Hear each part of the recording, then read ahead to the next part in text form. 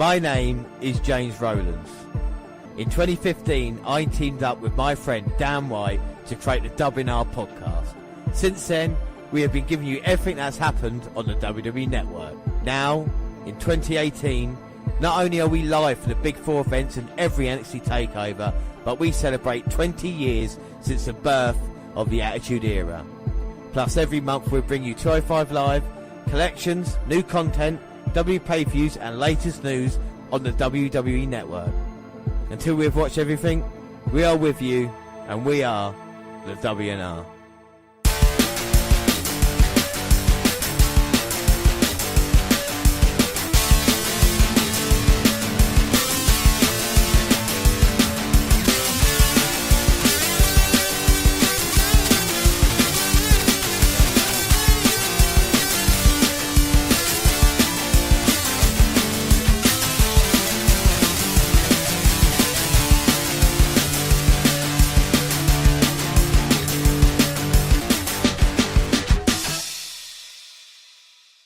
Yes, hello, I am James Rowlands, and as always I'm joined by Dan White. And today it's the WNR185, it's the WWE Network review for October. But before we start that, let's have the alternate intro. Our whole universe was in a hot, dense state. Then, a billion years ago, expansion started. Wait, the earth began to cool, the autotrophs began to drool. The Neanderthals developed tools, we built a wall, we built the pyramids. Mass science history, unraveling the mystery that all started with a big bang. Bang! 8 times I took me to get that right. And I nailed it first time. And now, the intro. Every month, we review the latest content on the WWE Network, including collections, new programs, 205 Live, all the latest news, and the crown jewel of the WNR NXT update. Yeah, we start things off, though, with the latest collections.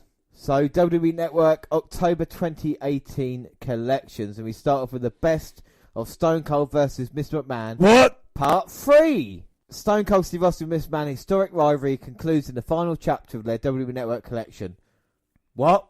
From Austin's betrayal of Mr. McMahon and leading the invading alliance to Stone Cold's controversial exit in 2002, this collection is full of the venom that only the Texas Snake can deliver. Despite the heated animosity between the icons, there is always respect, leading Mr. McMahon to personally induct Steve Austin into the WWE Hall of Fame. What? But make no mistake about it, Austin 316 says there will always be a stunner waiting for Mr. McMahon, and that's the bottom line because Stone Cold said so. What? So, like you say, from the Alliance, when they joined forces, and a couple of good bits in it are, for me, was the confidential episode that they added to it, when Austin basically walked out of the WWE, and it was JR and Vince McMahon talking about why he had left, would he ever come back, and of course he came back a year later, but at that point, portraying Austin as the guy that kind of took his ball and went home. From this part of the Austin McMahon era, Dan, what moment would you pick out? On a special Monday Night Raw homecoming, Stone Cold Steve Austin gives each member of the McMahon family an unforgettable welcome home. Yeah, he even gives Linda a Stone Cold Stunner, or Raw 25 where he gives out stunners to Miss McMahon and Shane McMahon as well. And our next collection, Dan? Our next collection is the $1 Million Man Priceless. They say money talks, and the $1 Million Man has a lot of say in this WWE Network collection. Join the WWE Hall of Famer himself and celebrate the legacy of his priceless career. Before he struck gold, witness Ted DiBiase's early days in Mid-South Wrestling against the likes of Jack Briscoe and the Ultimate Warrior. And then watch his stock soar as one of the most iconic superstars of the affluent 1980s, with classic vignettes and unforgettable moments shared with Hulk Hogan, Shawn Michaels, Andre the Giant, and more. Invest in this collection and learn why everybody's got a price for the $1 Million Man. Yeah, I mean, so much good on this collection to look back with Ted DiBiase, his little tricks where he used to offer fans money to be able to bounce, kiss his feet and stuff like that. And also his matches as well, you know, buying the WWE Championship most famously. A lot of other things. I mean, are you a big fan of Ted DiBiase? Oh, I am, yes. I did actually quite like it when he was part of Money Inc. with $1 Million Man, Erwin R. Shyster. Not $1 Million Man. The Erwin R. Shyster, the IRS. And they made, I think, a classic tag team. A good match was when they went against the Natural Disasters for the tag team titles. Yeah, who can forget that? Earthquake and Typhoon, eh? But that's that for now, and coming soon is Sasha Banks and Rey Mysterio. That kind of makes sense, seeing as Mysterio is back in the WWE now. So we've got some new content, but we've got a new segment called What's on Our Watch List. So most of mine has been new content that we've been talking about on the past few episodes. But we've still got a couple of other things to talk about. The network have added the first 20 episodes of WWE Main Event. Yeah, first aired October 3rd, 2012. The main event for the first episode was WWE Champion CM Punk versus World Champion Sheamus. It's amazing. We talk about SmackDown when we had a SmackDown special, how strong that started off. And main event as well. And what's main event now? It's having people like, Bobby Roode. People like Mojo Rawley in it. So who really gives a fuck about that now, Yeah. Also, we had a new episode of Table for Free. That was on October the 15th, and that featured Nitro legends, Nash, The Big Show, and DDP. Yeah, I mean, it wasn't too bad. We both watched it, Dan. What were your thoughts? I was very impressed by it, yeah. It's basically talking a lot about the WCW days. How like the Big Show kind of got into the business. He mentioned about his father passing. He didn't know what to do with himself. I think he got introduced to Hulk Hogan, and the way he kind of made an impression on Hogan was actually doing his gimmick, doing Hogan's gimmick to him, and doing the poses and saying, "What are you going to do, brother?" And actually, that's not something you should do when meeting people for the first time, but Hogan loved the idea. He loved the hot size of him, and he's very impressed by everything the Big Show had to offer. Yeah, I know. And then they said that DDP and Nash go back a long way as well from when they first started in WCW. Joe came in as a young guy, like I said, in 1995. They kind of took him under his wing, and how they destroyed the rental car as well, because the Giant just used to get really angry, didn't they? That was brilliant. Yeah, I think they was only supposed to smash a window, and Nash kind of, the Giant was quite green at that time, so he just said to him, look, just go nuts on it. So he actually went nuts on the car. He ended up like writing the car off, smashing every window, denting the bonnet, ripping up the boot, and just going to town on it. It is good listening to the stories that they've got. They all came through the WCW power plant. Yes, exactly. Yeah. And they kind of commented on how much, because Triple H went to the same power plant as that, and he pulled them aside and said, that basically, if I had the opportunity, I'd have it like this, and this. And if you go into the NXT Performance Center, it's exactly how he said he had set it out. And, it's kind of come true on what he wanted. Yeah, and it's weird as well that these three guys are kind of, Nash talks about the shape he's in, even though he's had like 16 knee operations, and he's still working out and doing a lot in the gym. Of course, Big Show's lost a lot of weight recently as well. And, of course, DDP, not only DDP yoga for himself, but, of course, all the other people that he's helped out as well. So it's quite good that these three men, they're legends, but they're in quite good condition right now, they're not too bad. And that's why it's nice to see them on Table for Free, and it's not kind of like, a bit cringy where it is. It just seemed like three guys who actually enjoyed each other's company as well, So yeah, I think Table 3 is quite a nice little program when they get the kind of the three people right. And then WWE Hidden Gems as well. Yes, WWE Network has added the famed Last Battle of Atlanta event. The full show has a runtime of nearly 2 hours and features the likes of Jake Roberts, the Road Warriors, Bruno Sammartino, and Mr. Wrestling 2.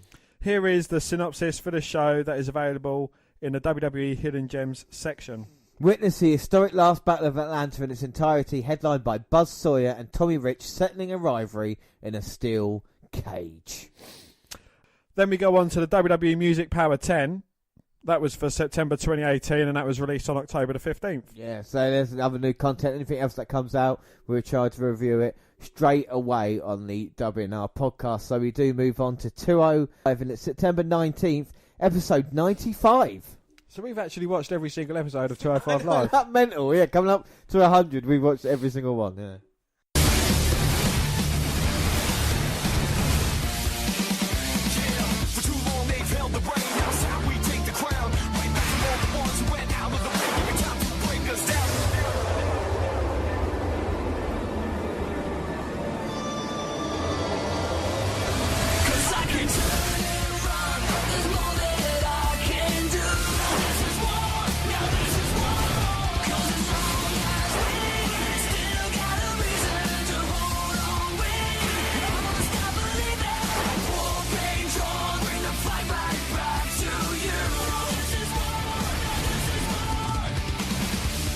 Well, we get a long recap of Cedric retaining his title on the SummerSlam kickoff. and Gulak's campaign of terror to get Drake Maverick to let he and Alexander have a rematch is shown before the opening theme. Well, Vic Joseph, Nigel McGuinness and Percy Jackson / Watson welcome us to Tulsa and make their picks in Alexander vs Gulak 2. But before that, we get TJP defeating Lince Dorado via pinfall with a roll-up. Sorry, we get TJP defeating Lince Dorado via pinfall with a roll-up. Well, Dorado comes down to the ring without his brothers, and he gets the most of the empty arena going a bit with the Lucha chant. Perkins gets enough an advantage of the early going to try to dab on Lince and gets kicked in the head for it. TJ regains control by knocking Dorado down with his shoulder on the apron, followed a guillotine and a rising to work some submission and go for pins, but Perkins seems just as interested in inflicting punishment as getting the win. Oh, back and forth until Dorado puts TJ down with a spinning heel kick, followed by a big chop. Hurricane Rana sends Perkins to the floor, and Lindsay follows with a dive right at him. He rolls him back in for a 2 count off a moonsault. After a battle on the turnbuckles, a super kick and a Bronco Buster set Dorado up for his finisher, but TJP rips his mask off before he can hit it. The roll-up comes while Lindsay tries to cover his face. Well, Perkins makes off with Dorado's PR flag, painted Matraca, as he leaves to add insult to injury. Drake Maverick has a meeting with Leo Rush, who informed he won't be able to compete in his scheduled match with Nardar because he got tied up in business for Bobby Lashley. DM tells him he doesn't care what Rush does on Monday nights, but if he doesn't honour his commitments to 5 Live, he won't make any money. The man of the hour laughs and he says he'll see Drake and Noam next week. Maverick says he better, or there'll be consequences. Another meeting for DM the GM. Mustafa Ali thanks him for the warm-up match last week, but he's itching for more. He wants revenge against Hideo Itami. Maverick says it's his job to make the tough decisions. He saw the tune-up, but he also remembers Ali lying face down after his match before that against Hideo. And it's a sight he never wants to see again. Mustafa Ali starts to plead with him, but Drake cuts him off and says he's spoken to the medical staff and Ali is cleared. He'll face Hideo Itami next week. The heart of 205 Live thanks him, saying DM won't regret it, but Itami will. Both of these matches are confirmed for next week. Then our main event is Cedric Alexander versus Drew Gulak with Brian Kendrick and Jack Hara for the WWE Cruiserweight title. Well, Vic Joseph noted how Cedric Alexander was caught off guard by having a championship match scheduled before his title defence in Australia. The crowd started off with a "Let's go Cedric" chant, and there are more people in their seats now. Kendrick distracted Cedric early on, which allowed Gulak to get the Gulak on Cedric, but Cedric quickly rolled away before the Gulak could be locked in. Alexander locked Gulak in a headlock. Vic Joseph noted that Gulak's undefeated 2018. He only has 1 or 2 official losses in WWE to begin with. Gulak got to a vertical base to get out of Alexander's chinlock. Alexander grounded Gulak and got the headlock back in. Gulak got back to a vertical base. Lee Brian Kendrick tripped Cedric Alexander right in front of the referee. Instead of disqualifying Gulak, when the commentators noted the referee could do, the referee instead sent Kendrick and Gallagher to the back. This allowed Alexander to go back into his striking advantage. Gulak made it to the rope for a rope break during an Alexander's armbar. Cedric focused his attack on the arms of Gulak. Gulak recovered and turned Uranagi into a T-bone suplex. Gulak locked his own armbar on Cedric. Cedric tried to escape with an overhead kick, but Gulak turned the position into an elbow drop. Gulak hit a few stomps on Cedric, and then he hit a loud snap on the chest of Alexander. Gulak got a near fall on Cedric, and Alexander then dropped his hips to block a Gulak suplex. Cedric then suplexed Gulak inside the ring to the floor outside, but landed on his feet so he can hit Gulak with another suplex. I hope Alexander didn't smash his head on the apron because that looks scary. Both men beat the 10 count. Alexander caught Gulak with a drop kick and then a punt. Alexander hit Gulak with a crossbody for a near fall. Alexander caught Gulak with a neutralizer. Alexander hit Gulak with a tope con hilo. Gulak surprised Alexander in the ring with a Gulak, but Alexander was near the bottom rope for the rope break. Gulak series of strong body slams. Gulak went for a submission, but Alexander turned it into a pin attempt. Gulak then hit Alexander with a clothesline from hell for a 2 count. Buddy Murphy was shown watching the match in the back. Gulak tried to lock in the Gulak for the ropes, but Alexander escaped. Alexander got back in the ring and counters ensued. Alexander hit Gulak with a Michinoku driver for a near fall. Alexander hit Gulak with several strong chops. Gulak hit Alexander with a forearm and went to the top rope. Gulak hit Alexander with a flying forearm, which the announcers noted was unlike him due to his hatred. This got a 2 count. Gulak tenderized Alexander with backslaps, which allowed him to lock in a Gulak on the champion. Alexander escaped, but Gulak got the Gulak back in.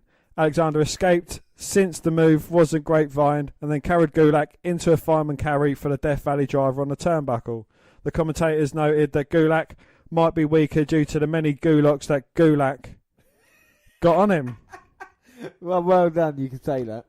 Gulak hit Alexander with a signature stiff slaps on Alexander. Alexander went into Gulak and then landed a snug lumbar check on Drew Gulak for the victory. Cedric Alexander defeated Drew Gulak via pinfall in 20 minutes 14 seconds. After a graphic confirming their match as Super Showdown, Kayla Braxton interviews Buddy Murphy. He tips his cap to the champ and says his win streak is very impressive, but people tune in 205 Live week in and week out to see him steal the show. And after he wins a bout in his hometown of Melbourne, this will all be his. Oh, and I cannot wait for that. Buddy Murphy. September 26th, episode 96. The Purple Brand's move to Wednesday got rave reviews, and they're going to keep building momentum by finally delivering a Noam Dar versus Lio Rush match, we think, and serving up another helping of Hideo Itami versus Mustafa Ali. Drake Maverick narrates a recap of last week's main event and news he'll be moderating a sit-down conversation between Cedric Alexander and the man who'll face for the Cruiserweight title at the Super Showdown. He also hypes the two announced matches and gives some of the history behind them. Vic Joseph, Nigel McGuinness, and Percy Watson/Jackson welcome us to Denver, and our first competitor is already making his way to the ring. Yeah, it's my man, the Scottish Supernova, Noam Dar is here. And Lio Rush making his way out. Look at him, already run away from Noam Dar. Come on, Dar, catch him. Well, I want Lio Rush to get his face smashed in as well tonight, Dan, so I'm with you with this one. That's it, Dar. Big kick. Take this cocky son of a bitch down. Noam Dar come out the winning end of a feud with TJP. And he's looking to put Lio Rush away now. That's it. Snapmared him up the top rope. Noam Dar throws him into the turnbuckles and Lio Rush in serious trouble. Spinal Dar. Oh, and Dar just throws him, drops him on his back, goes for cover 1, 2. Oh, but a kick out from Lio Rush. Now Dar back on the offensive. Bending the arms back, now working on the face. Oh, roll up from Noam Dar, but only getting a 2 count. 2. And Lio Rush scurries out of the ring. Come on, Dar. Dar follows him out. Lio Rush is trying to recuperate, but Dar gives him no chance. Oh, was Rush playing possum? Hello, possums. Because he tries throwing Noam Dar into the steel steps. Yeah, and he tries to kick him whilst he's on the ropes, but he gets his leg caught by Dar. Oh, and a cheap shot by Rush. Handspring takedown, Lio Rush on Dar. He throws it to the outside, and now he's on the apron, kicking it. Oh! And catch him, Noam Dar, with a moonsault. I noticed that his man, Bobby Lashley, ain't by his side. No, and I don't think he should either. This is all about the cruiserweights. We don't need some big idiot down here distracting us from what's going on in the ring. Lio Rush is lucky he's even got a job here on 205 Live when he goes against the caliber athlete that Noam Dar is. And now Dar with the forearms. Noam Dar. Rocking Rush. Scoop slam from Lio Rush. Goes for the cover. 1, 2. Oh. Get him down like that. Come on now. I don't think the speed advantage goes to Lio Rush in this. I think Dar is quicker, he's stronger, he's every way. And Lio Rush now has got the submission in on Dar. Dar will fight this low. Not a lot of strength from Rush. Oh, cheeky little roll up from Lio Rush though, nearly catching Noam Dar sleeping.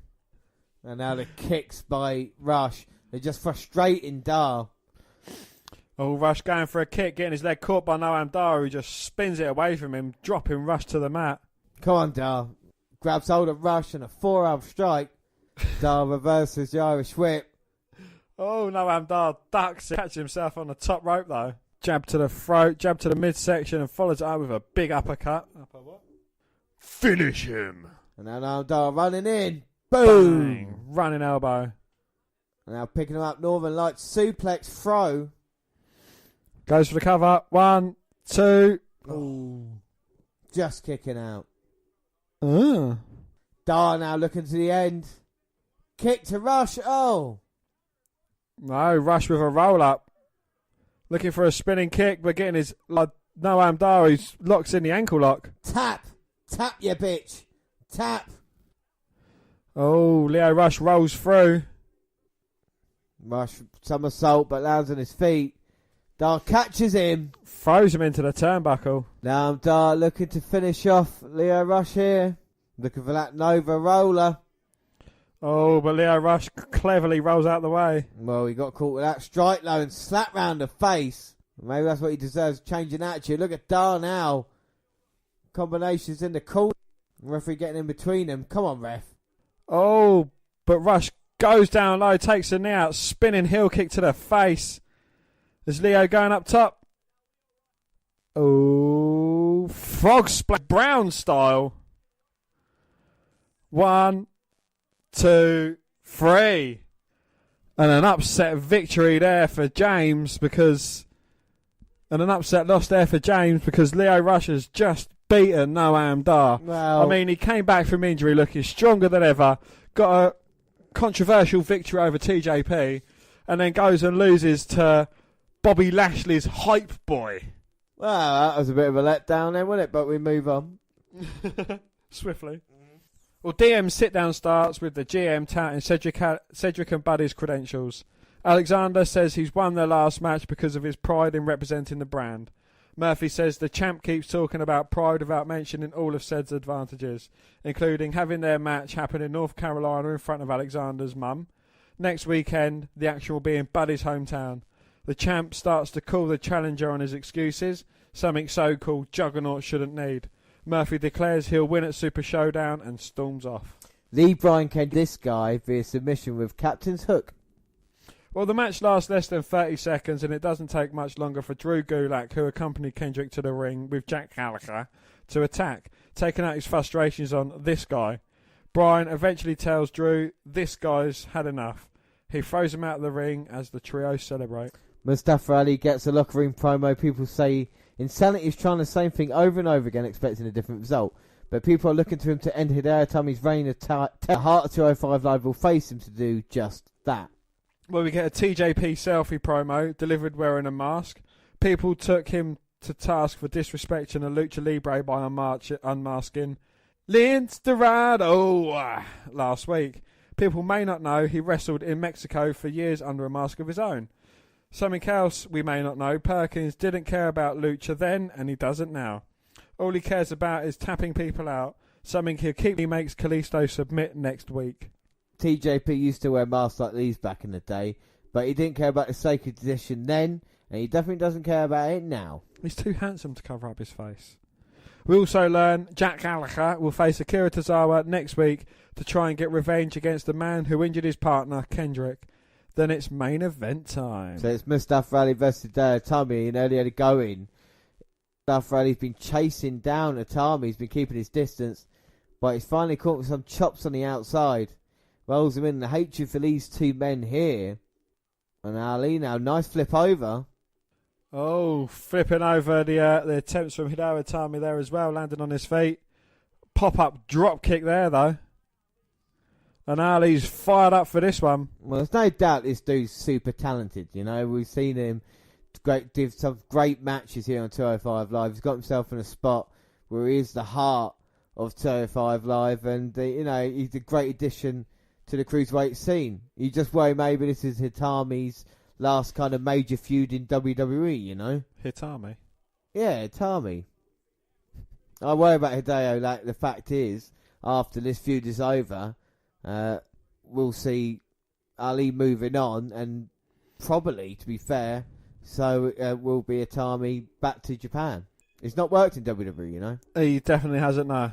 Yeah, certainly Hideo Itami's had a very disappointing run. They tried him in NXT, he got injured, came back from injury, kind of got replaced by Shinsuke Nakamura, and you know they shipped him off to 205 Live, where he's just fallen flat on his face. He had quite a good rivalry with the Brian Kendrick, and since then it's been pretty much nothing. Yeah, exactly. It's the kind of same old as Itami now has got hold of Ali, and it all started wrapping his legs and his body, his head round the ring post, and then using it again off the apron. Just sliding him off out of the ring and just face first onto the wafer thin mats below. And Itami's mouth might really be busted, but Ali's busted up with those kicks. And they're going on about, you know, him not liking Oscar and Nakamura because they can't really deliver promos. Hideo Itami could.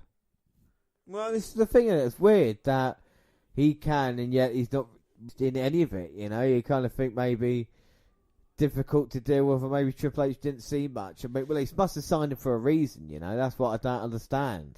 But he's not really changed in the couple of years he's been in WWE. You know, well, No. in the 4 years he's been in WWE. Or do you think it's something that Hideo Itami's done? Because, you know, a lot of other wrestlers, they've kind of made their own stamp on things, but with Hideo, he's just been samey. You know, he's got his bland trunks, as we know you're not a fan of bland wrestling trunks, even though Austin just wore black trunks. But, you know, that's neither here nor there. But yeah, Hideo is still certainly working over Mustafa Ali at the moment, and the heart and soul just can't keep going in this match. As he spins round Itami, he looks for a roll-up. 2. Oh, only getting a 2 count. 2. But just delivers a stiff knee to the midsection, and that stops Mustafa Ali's momentum. Goes for a cover of his own, but only getting a 2 count. 2. Well, Itami's been in control of this match for a long time now. Kicks him to the outside. He's just been beating the crap out of him. Basically, Bernard. Looking for a count-out victory. Man, he's not going to get it. Mustafa Ali manages to make his way back in the ring. Can he get in? He's been beaten down these past few minutes, but he's in. Oh, just before 8. Now, Itami's going to pick him up, maybe finish him. Go for the GTS, no, but Ali turns it into roll-up. No, Hideo Itami pushing him off.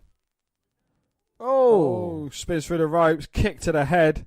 Could this be the momentum that Ali needs? Rolls through the ropes, delivers an X Factor. Goes up to the second.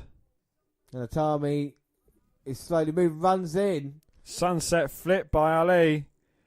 Itami rolls through. Oh, but Ali powerbomb. 2. Oh. Itami somehow managing to kick out. Ah. Can I just say, Mustafa Ali reminds me of a mini Seth Rollins a little bit. Why? Because he's not black? No, just because he like can attire the same moves that he moves and stuff that he can do in the ring.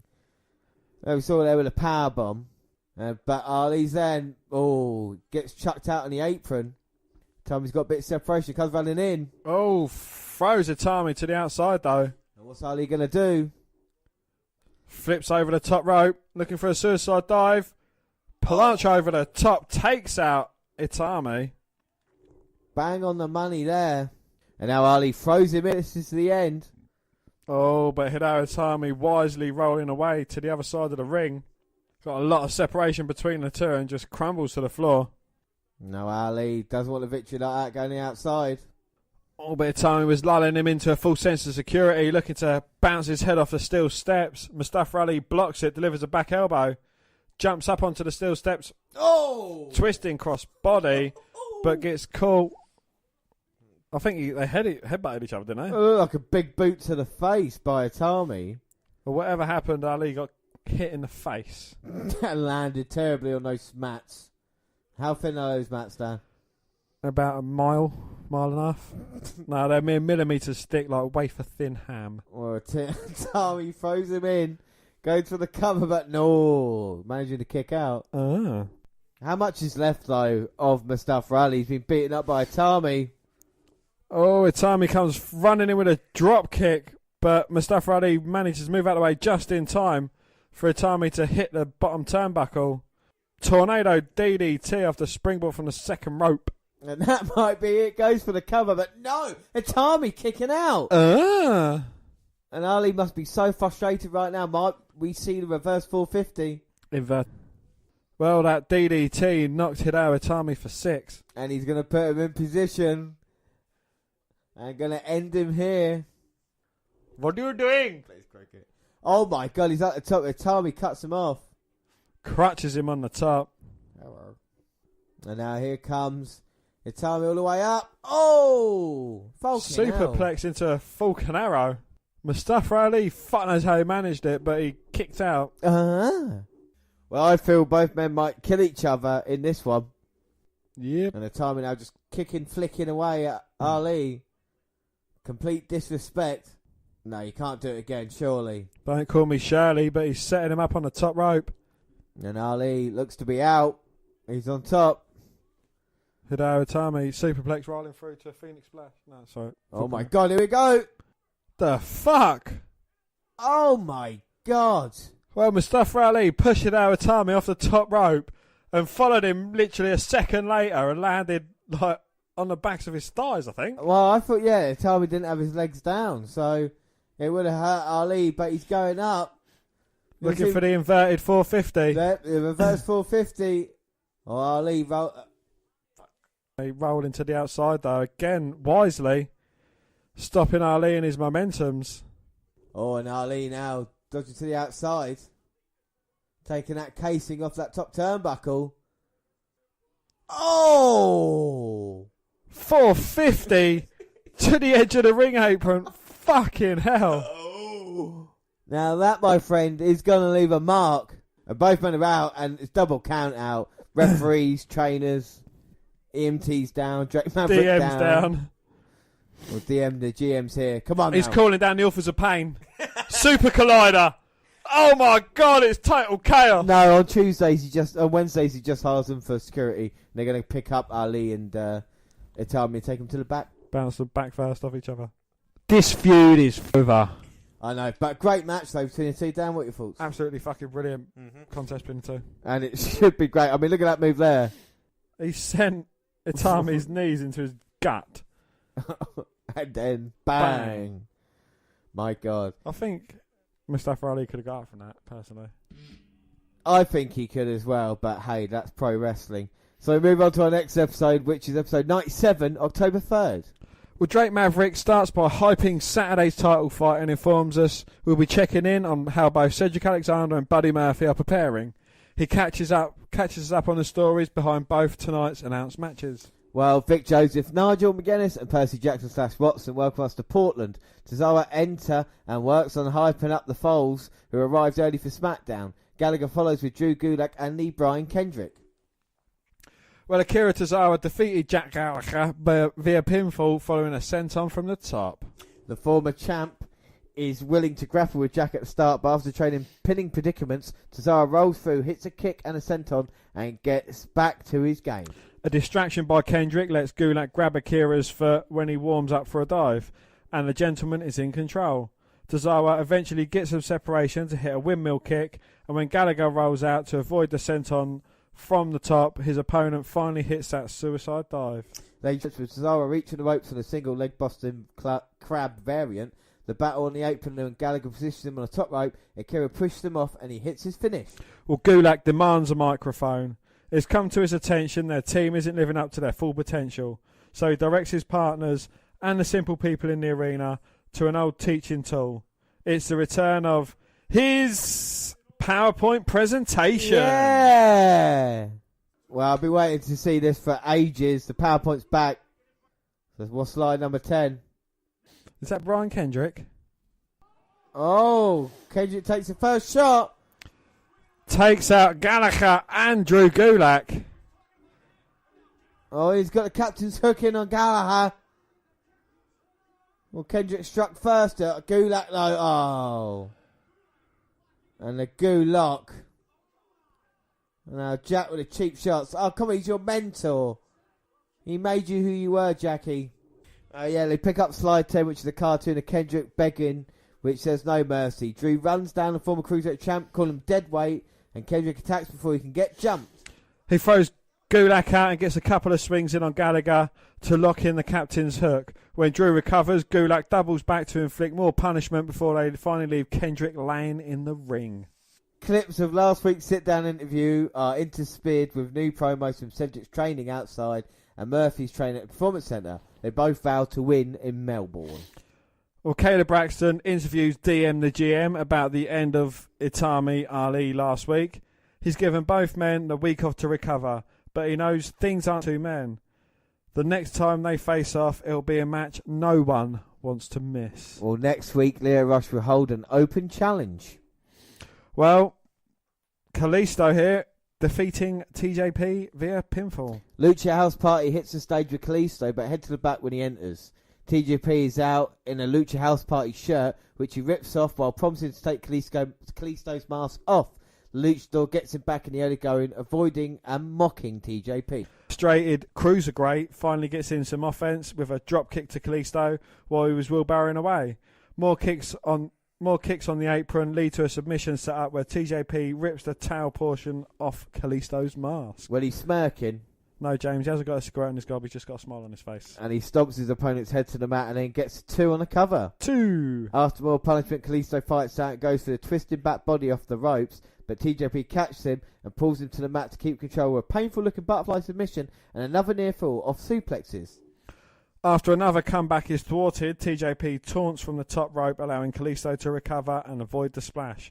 His comeback builds a basement Rana for 2. 2! A battle in the corner sends Kalisto over the ropes and then drop back in over the ropes for a near fall for TJP. Then the Luchador catches the opponent with a kick to the head while TJP was on the top rope. A twisting sunset flip powerbomb followed, but the Cruiserweight kicked out at 2. 2! Well, Kalisto with the Lucha, Lucha, Lucha chants while both men recover. And when he goes for Salida del Sol, TJP flips out and kicks out his leg. A knee bar leads to a great near finish before Kalisto finally gets to the bottom rope, which leads to a frustrated TJP trying to rip Kalisto's mask off. Lince Dorado runs down to stop that and gets blasted off the apron, but that gives Kalisto time to recover and roll TJP up for 3. Well, after the bell low, TJP attacks while Kalisto is getting his hand raised and rips the mask off. He covers his head as Dorado and Grand Metallic come to his aid. TJP slinks off in the crowd, smiling and showing off his latest trophy. Yet another trophy for the Cruiserweight. October 10th, episode 98. For the first time since WrestleMania 34 in April, the purple belt was on someone other than Cedric Alexander. Buddy Murphy took down the Soul of 205 Live in his hometown of Melbourne at the Super Showdown. Now we'll see how both men and the entire Cruiserweight division reacts to the change. Well, Lio Rush is here for his open challenge. He's rocking a Bobby Lashley shirt and not shaking hands with fans, but he's calling for a mic amidst a sea of boos. Well, he's here to make somebody famous tonight. He knows the fans in India are used to fast cars, but there's nothing faster or better than a 23-year-old piece of gold. Whoever steps up to his challenge better come correct, because the man of ours came to collect. And who answers this call? Well, it's Lince Dorado. That is, yes, Lince Dorado versus Lio Rush. They trade arm drags en route to a stalemate, but Rush pretends to be giving Dorado props and throws a punch to get an advantage. Lince then comes back with an enziguri and a drop kick, then attempts a cover by corpsing onto Lio. Dorado climbs out, but Rush hits him from the top with a handspring kick, then dives onto the Lucha House Party member on the floor.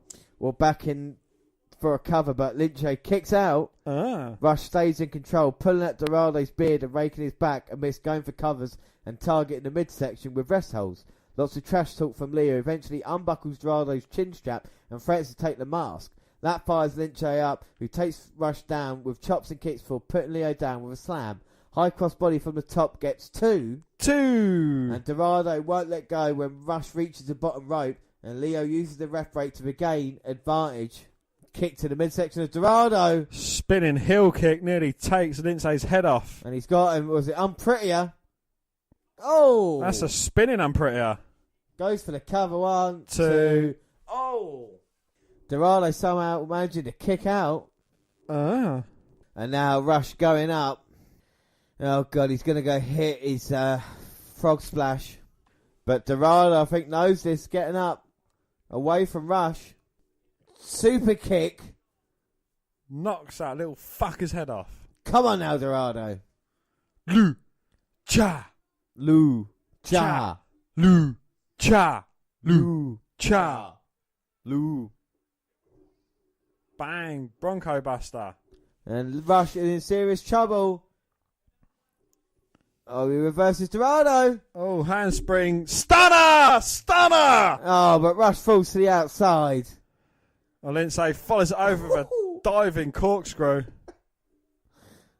That was brilliant. Throws Rush in. Lucha! Lucha! Come on now, Dorado. Oh. Oh, what's this? Oh! Oh, Dad, it's Maria Kanellis. If she's followed by that cunt, oh! I spoke too soon. He's here. Fucking Mike Kanellis. He's here in 205 Live. Mike Kanellis beating down Dorado. And that is the last time we watched 205 Live. Well, two of your favourites, Stan, are finally back in the WWE.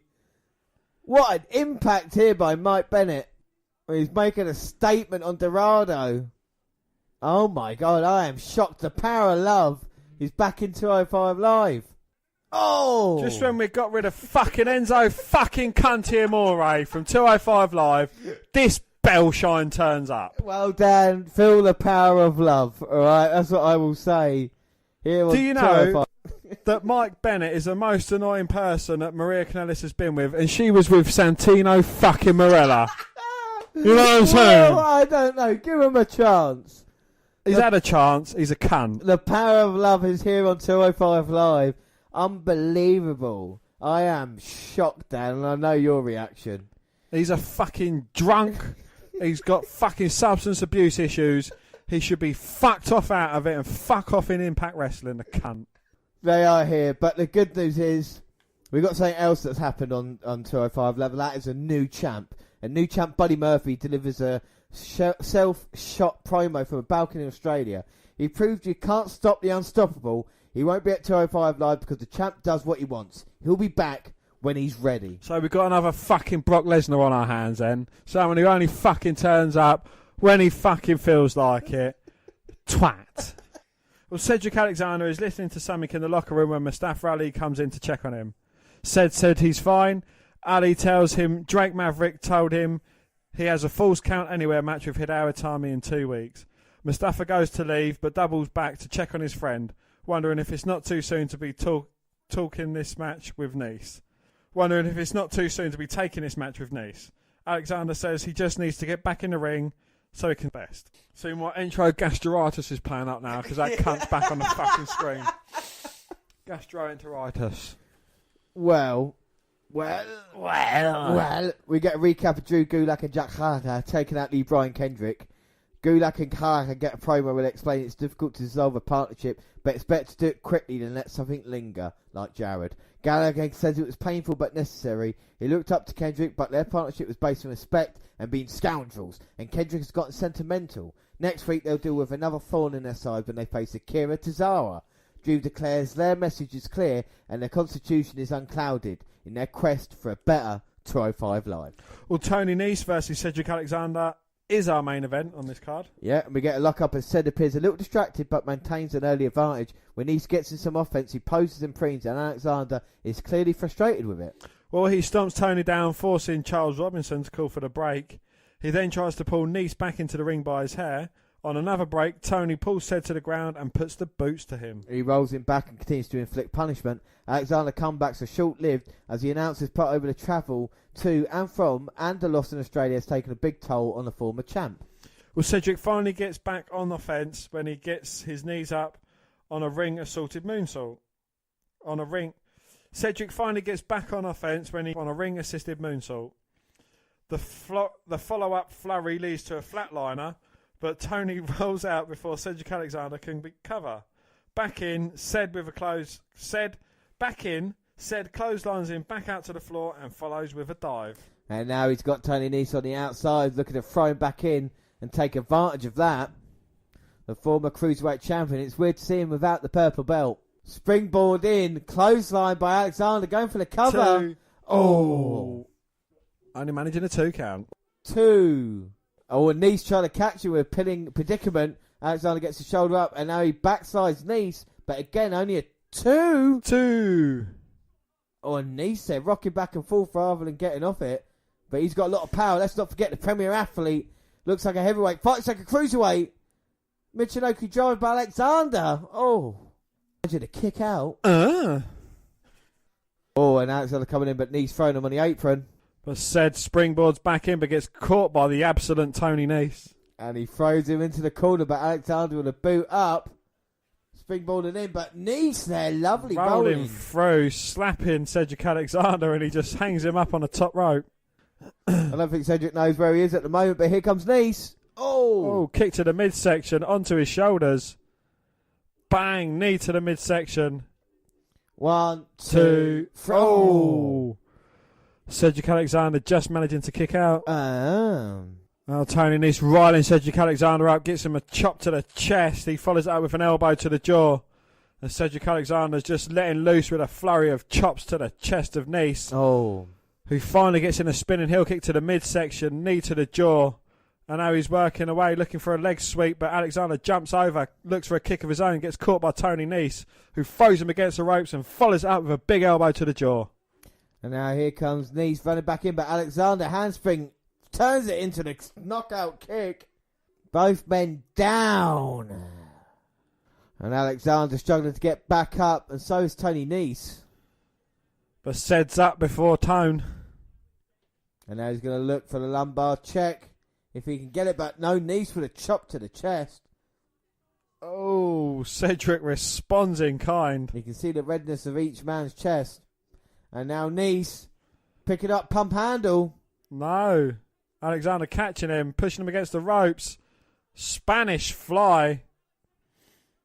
Nese rolling towards the ropes, so he gets his foot on the bottom to break the count up. And that's what saved him there. Charles Robinson knows. Well, great officiating. Alexander's eyes popping out his head. Can't believe it. Nese throws Alexander on the apron. He howls on.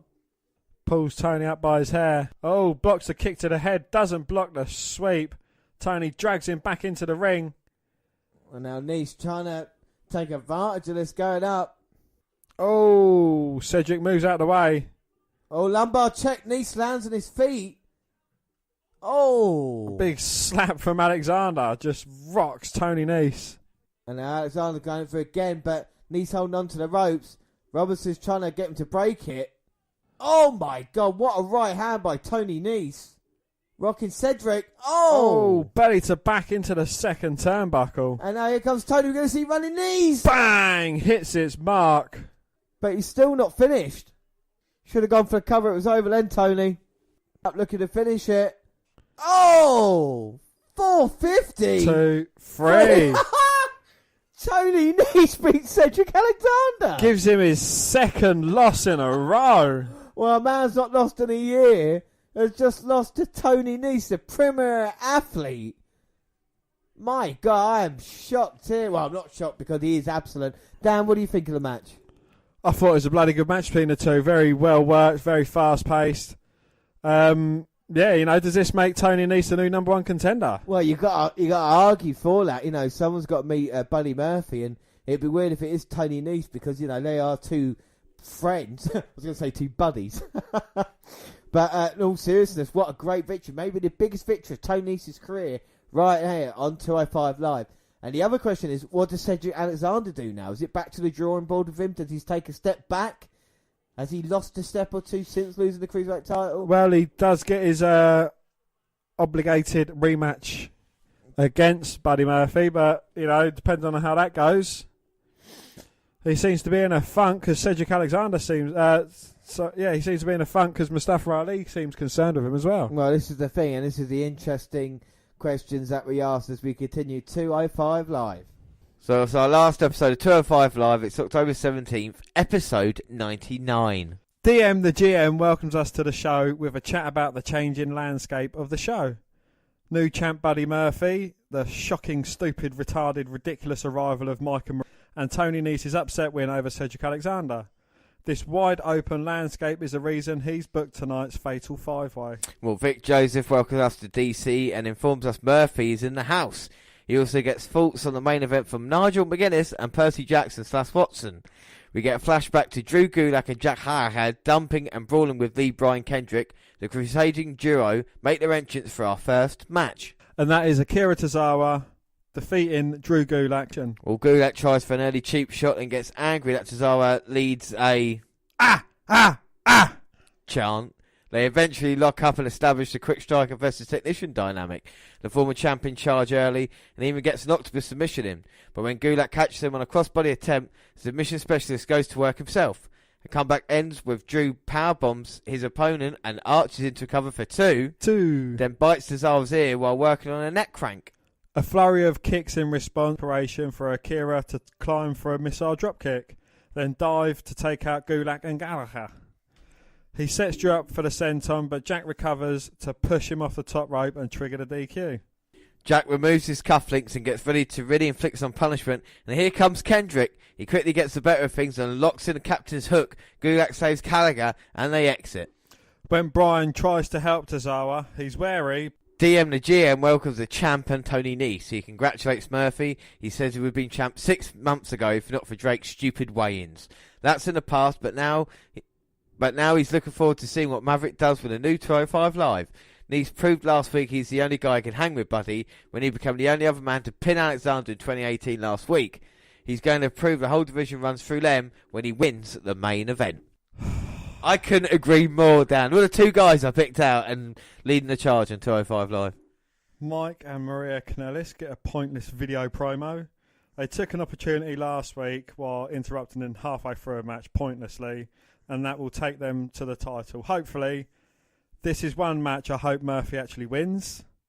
205 Live has a new power couple. They'll start proving it by finishing what they started with Lince Dorado.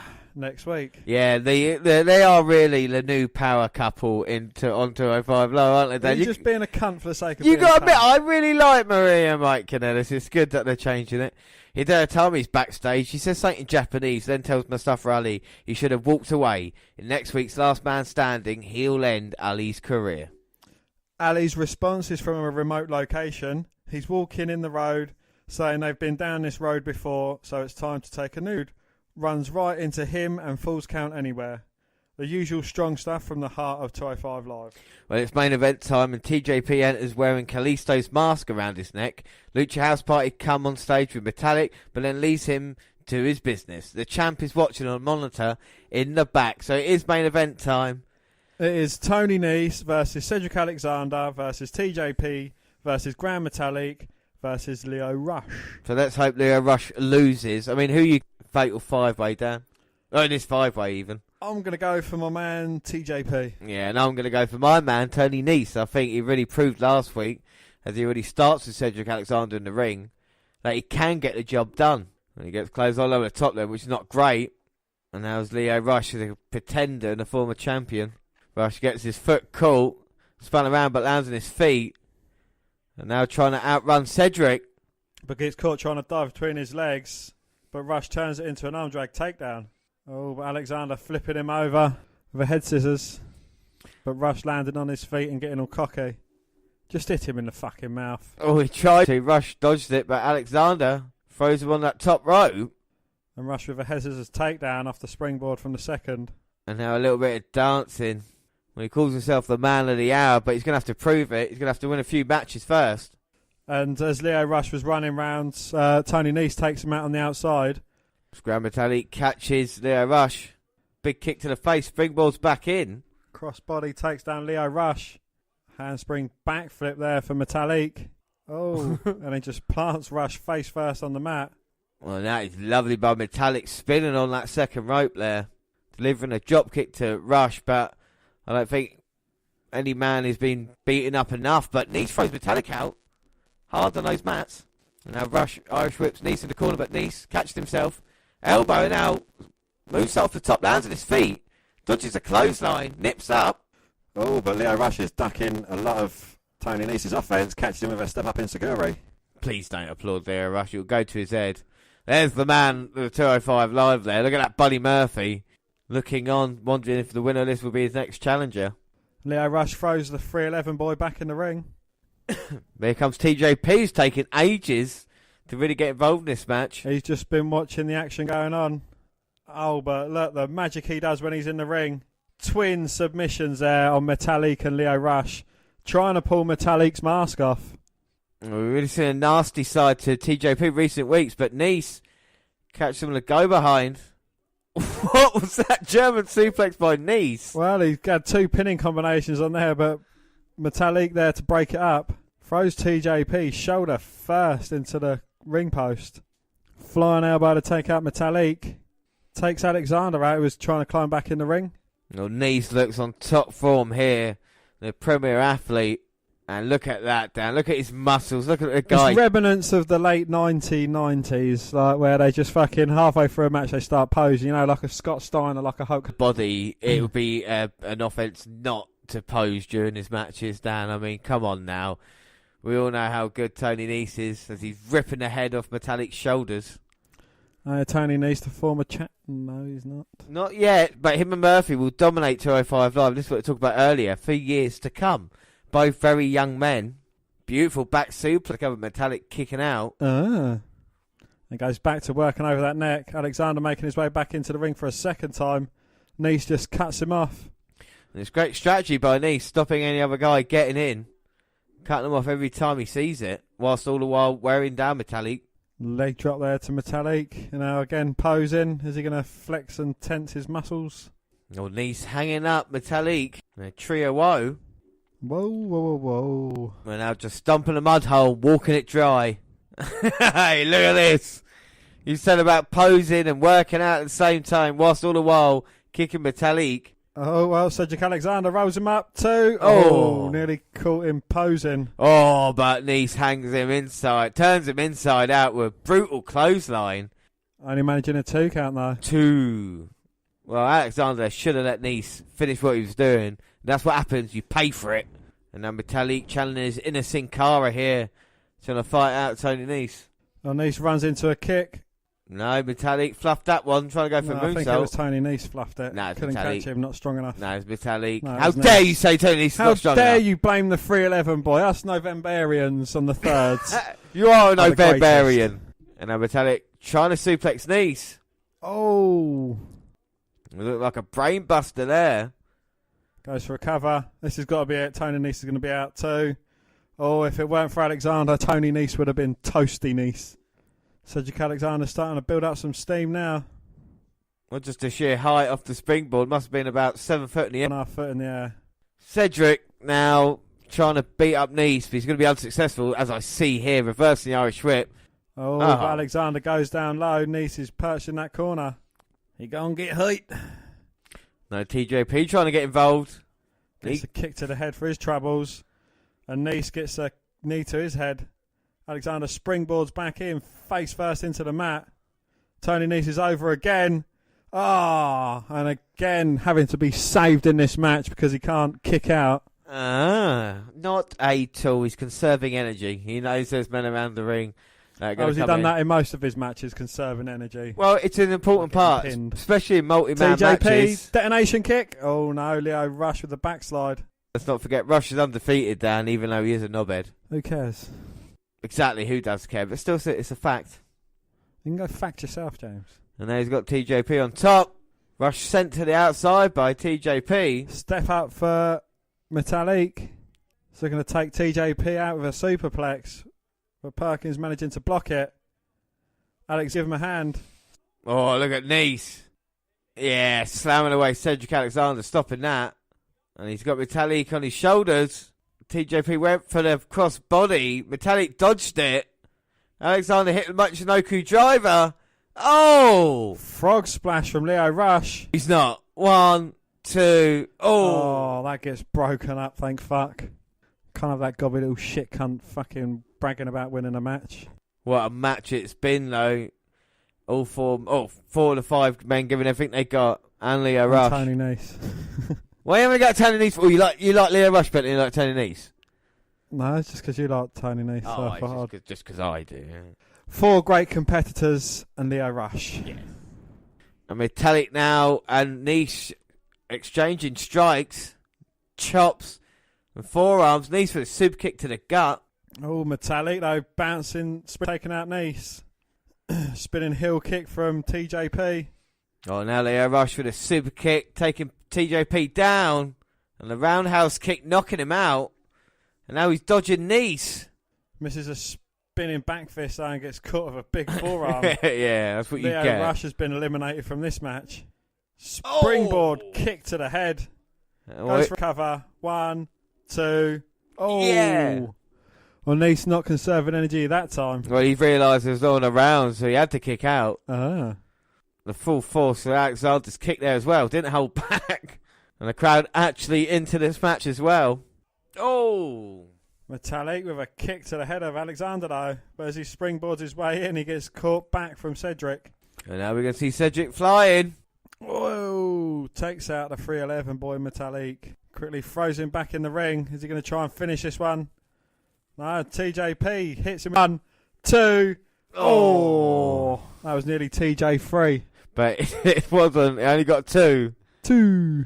Got to take his mask off. Oh my God, we can see what Metallic looks like. Kick to TJP, though. He has a mouth. It's unbelievable. See, TJP don't care about this match. He just wants to take Metallic's mask off as he throws him against the ropes. Metallic goes flying through, taking out Alexander.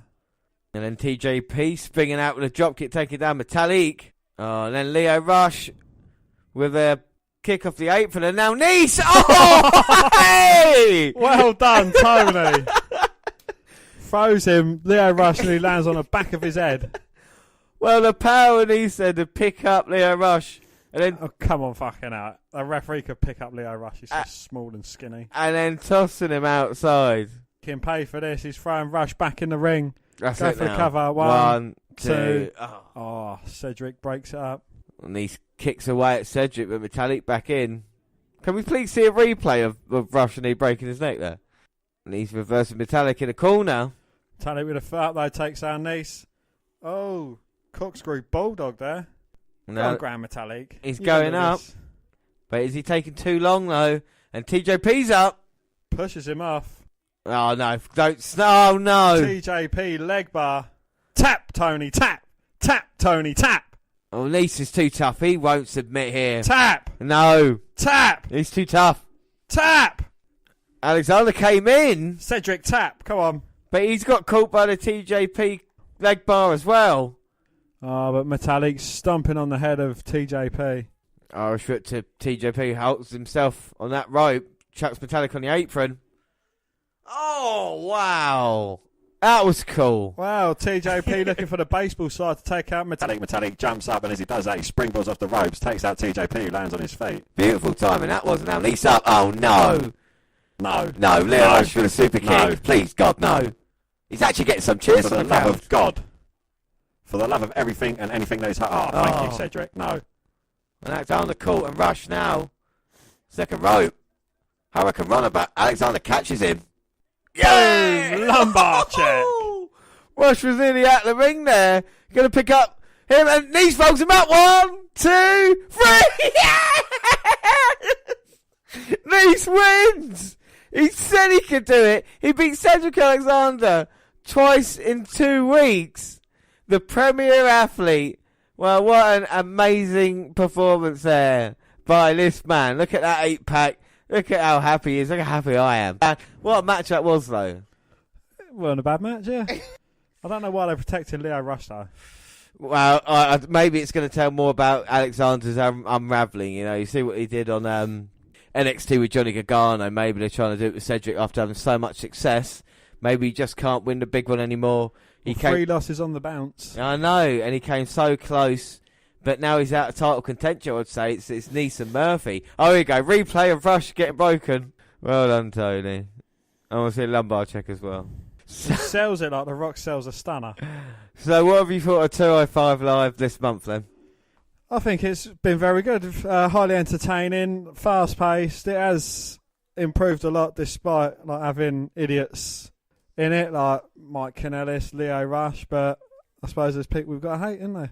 Yeah, but I mean, 205 Live has improved so much. We get to see much better matches, taking it back to the kind of CWC days of the wrestlers that going out there and just doing whatever they want. You know, we saw it on display in that 5-man match, and I think we've seen it throughout, 205 Live these past couple of months. I don't think Buddy Murphy would have been a guy to have an opportunity to do the stuff he's done in ring if it wasn't for 205 Live's new direction. And it's really exciting, and I hope 205 Live can get stronger and stronger. But now it's time for news. Well, Jack Gallagher, over on Gallagher's Instagram page, the WWE Cruiserweight now conducts a weekly post-205 Live questions and answers session on Wednesday nights. Most questions are about topics concerning WWE's Cruiserweight division being super British and a few martial arts related questions. Then brought up former WWE superstar turned aspiring UFC fighter CM Punk, and Gallagher had a little fun. Would you go one-on-one with CM Punk? Jack's response, in an MMA fight, at this point, that would be like bullying. What a scoundrel. Well, for the record, Jack Gallagher trained catch wrestling and martial arts with the great Billy Robinson and also went 2-0 in MMA during a brief stint in the sport from 2015 to 2016. Well, Gallagher versus Punk in an MMA cage? We'd definitely watch that. Wonderful!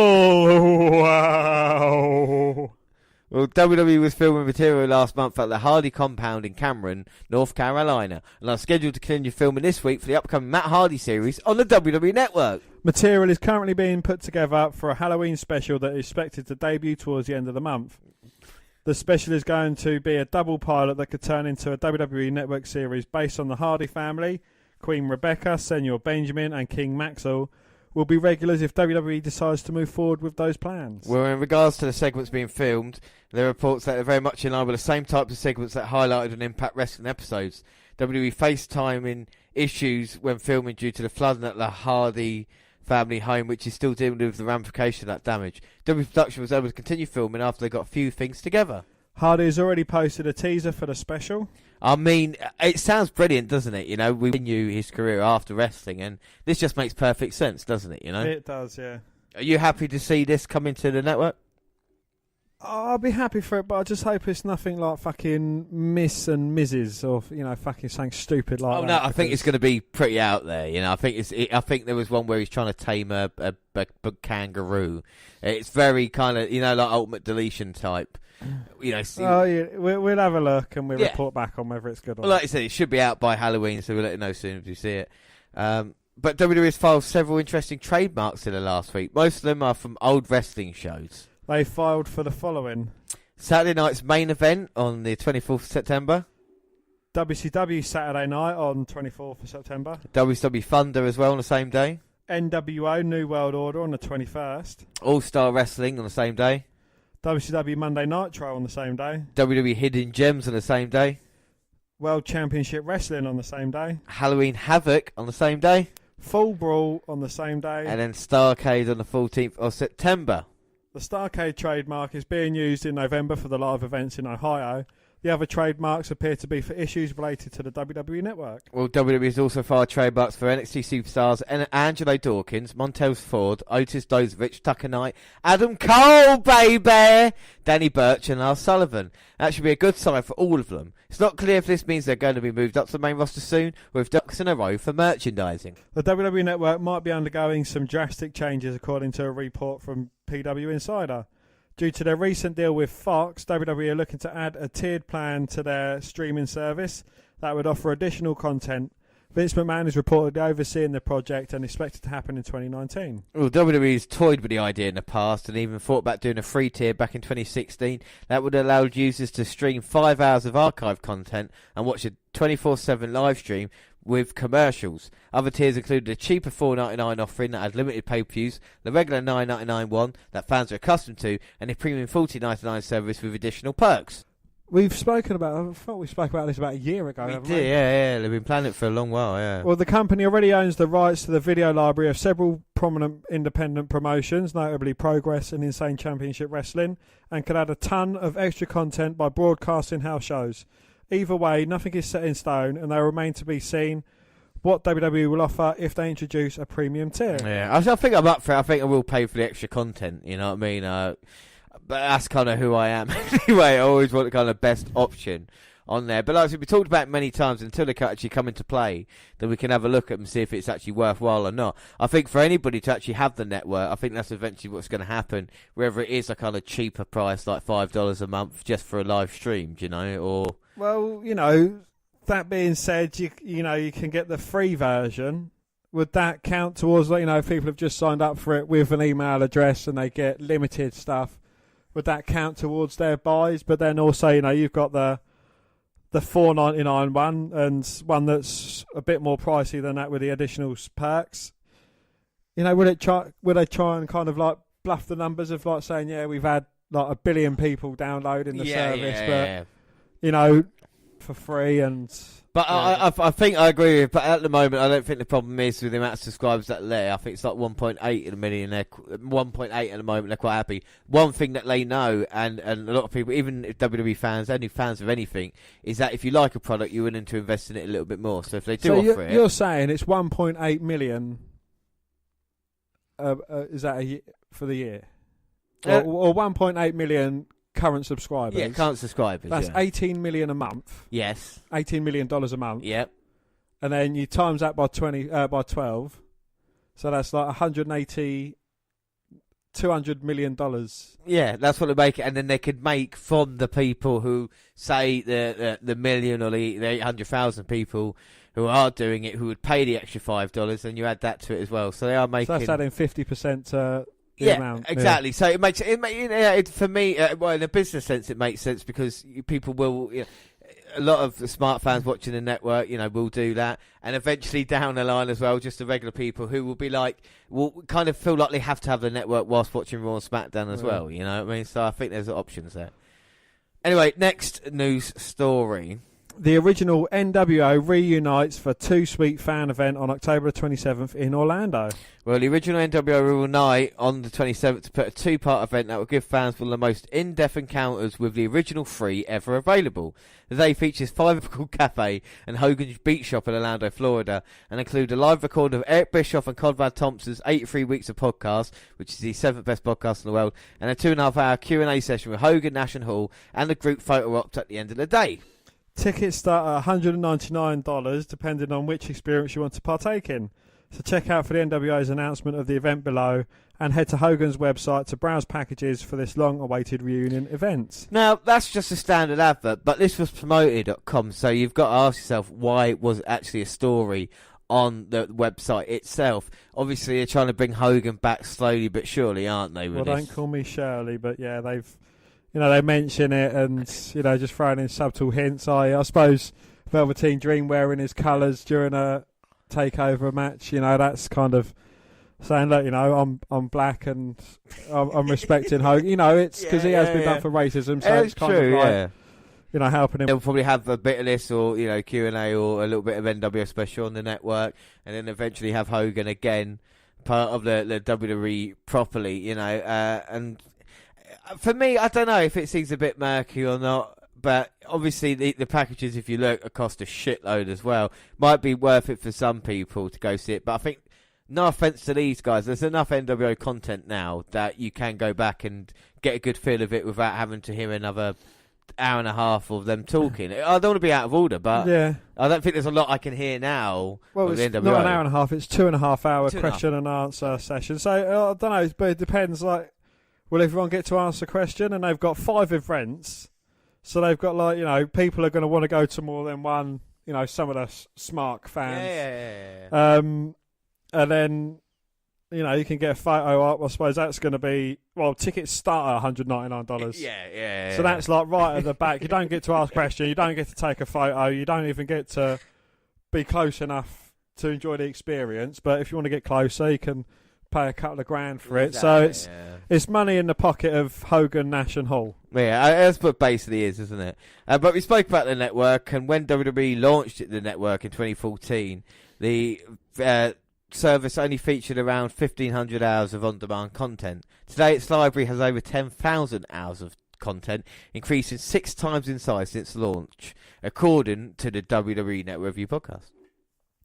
And James, you've watched 9,999 hours of that content, and what have you thought now? The WWE Network began by streaming pay-per-view events to subscribers for no additional fees, as well as repeats of Raw, SmackDown and older footage from past events, giving away its costly pay-per-view events to those with a cheap $9.99 monthly plan. Was a move many criticised at the time, saying the company had signed its own death warrant by throwing away that revenue. WWE's pay-per-views used to cost around $55 to order. God. Do you remember paying for them? No, yeah, I do remember paying for them. Sky. Do you know what was shocking the other day? I was flicking through Sky, and Super Showdown, you could pay 20 quid for it to watch it at Sky Box Office, and I thought, do you think anybody actually bought that show? Maybe me 5-10 years ago would have been like, oh yeah, I'm going to have to buy it. But I just found it incredible that they're still charging it for that. Exclusive content aimed at hardcore wrestling fans, basically me, and offering a huge discount at its marquee events, the WWE Network failed to bring in its initial goal of 1 million subscribers in its opening month, causing its stock to immediately plummet. Even in light of its disappointing start, the WWE Network kept expanding its international availability and adding more content. By early 2015, the All Wrestling streaming service finally hit its 1 million subscriber mark. Well, today the WWE Network boasts well over 1.8 million subscribers in 186 countries and has increased the size of its streaming library to feature over 10,000 hours of content, sending WWE stock soaring. Yeah, so the network is doing well at the moment, so it's only a good thing if we keep getting more and more content. Indeed, yes, but... Well, next news story. Well, my name's... Alberto Del Rio was in the news, and he confirmed on October 1st he plans to return to mixed martial arts in 2019 with promotion Combat Americas. I'm going to jump back in the cage for the first time because I used to fight in rings in Mexico and Asia, but never inside the cage, Del Rio said on MMA Hour. So for 2019, I'm going to be doing that. I'm going to be fighting in the cage for Combat Americas, mi familia, mi casa. And I'm not just saying this because my boss is here and he writes my checks. Well, Del Rio, whose real name is Jose Rodriguez, made his MMA in 2001. He went 9-5 in his combat career. Still better than Punk. Last fight in Mamu Yamamoto in a February 2010 defeat. His biggest fight came against Michael Crow Cop for Pride in October 2003. Crow Cop was victorious with a first-round knockout. Well, the end of his MMA career coincided with his WWE debut on August the 20th, 2010 edition of SmackDown. And speaking of SmackDown, SmackDown Live General Manager Paige has fired back against ex-boyfriend Alberto Del Rio, criticising for commenting on her mental health status. Well, don't make fun of someone who has mental health issues, Paige told Lillian Garcia on the Chasing Glory podcast, the 9th best podcast in the world, because he knew at that point how depressed and how I was I was on rock bottom and how I wanted to kill myself. He knew all that stuff, so to throw that out there like that, it's pretty mean. Well, let's just say sorry quickly. Del Rio replied to a comment regarding his new girlfriend on Instagram month. Yes, and this one doesn't have more than 9 police reports against her or 3 arrests in different states or committed in 2 mental hospitals like the one you mentioned did, El Patron said, referring to Paige. Well, we talked about Paige and Patron. That was after someone has said that your new girlfriend is prettier than your last girlfriend, basically. So it's you bloody trolls on the internet causing the trouble. Paige and Del Rio dated from 2016 to 2017, and it basically filled our news story for that year. We had an update it did, yeah. every month about them. It was a gift that keeps on giving. But it's not funny, though, because the events led her to have suicidal thoughts and a bout with anorexia. Oh, you don't talk like that about a woman, especially on the internet for everyone to see. Just keep your mouth shut, Paige told Garcia. If you don't like me, that's fine. We haven't had any contact for over a year. It baffles me. Up next, we got Sunny. Yay! I do love Sunny. Let's start on Sunny. Porn star turned W Hall of Famer Sunny has been released from jail after 8 months behind bars.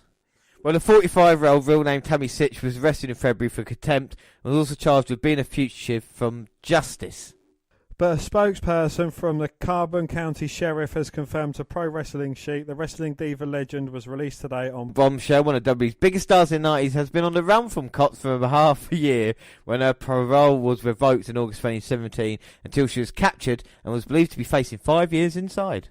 Police have requested the withdrawal of her parole, even though she's been banged up for over half a year. Sunny was arrested on February 27th for failing to answer a court case for 2 traffic incidents, which included allegations of drink driving.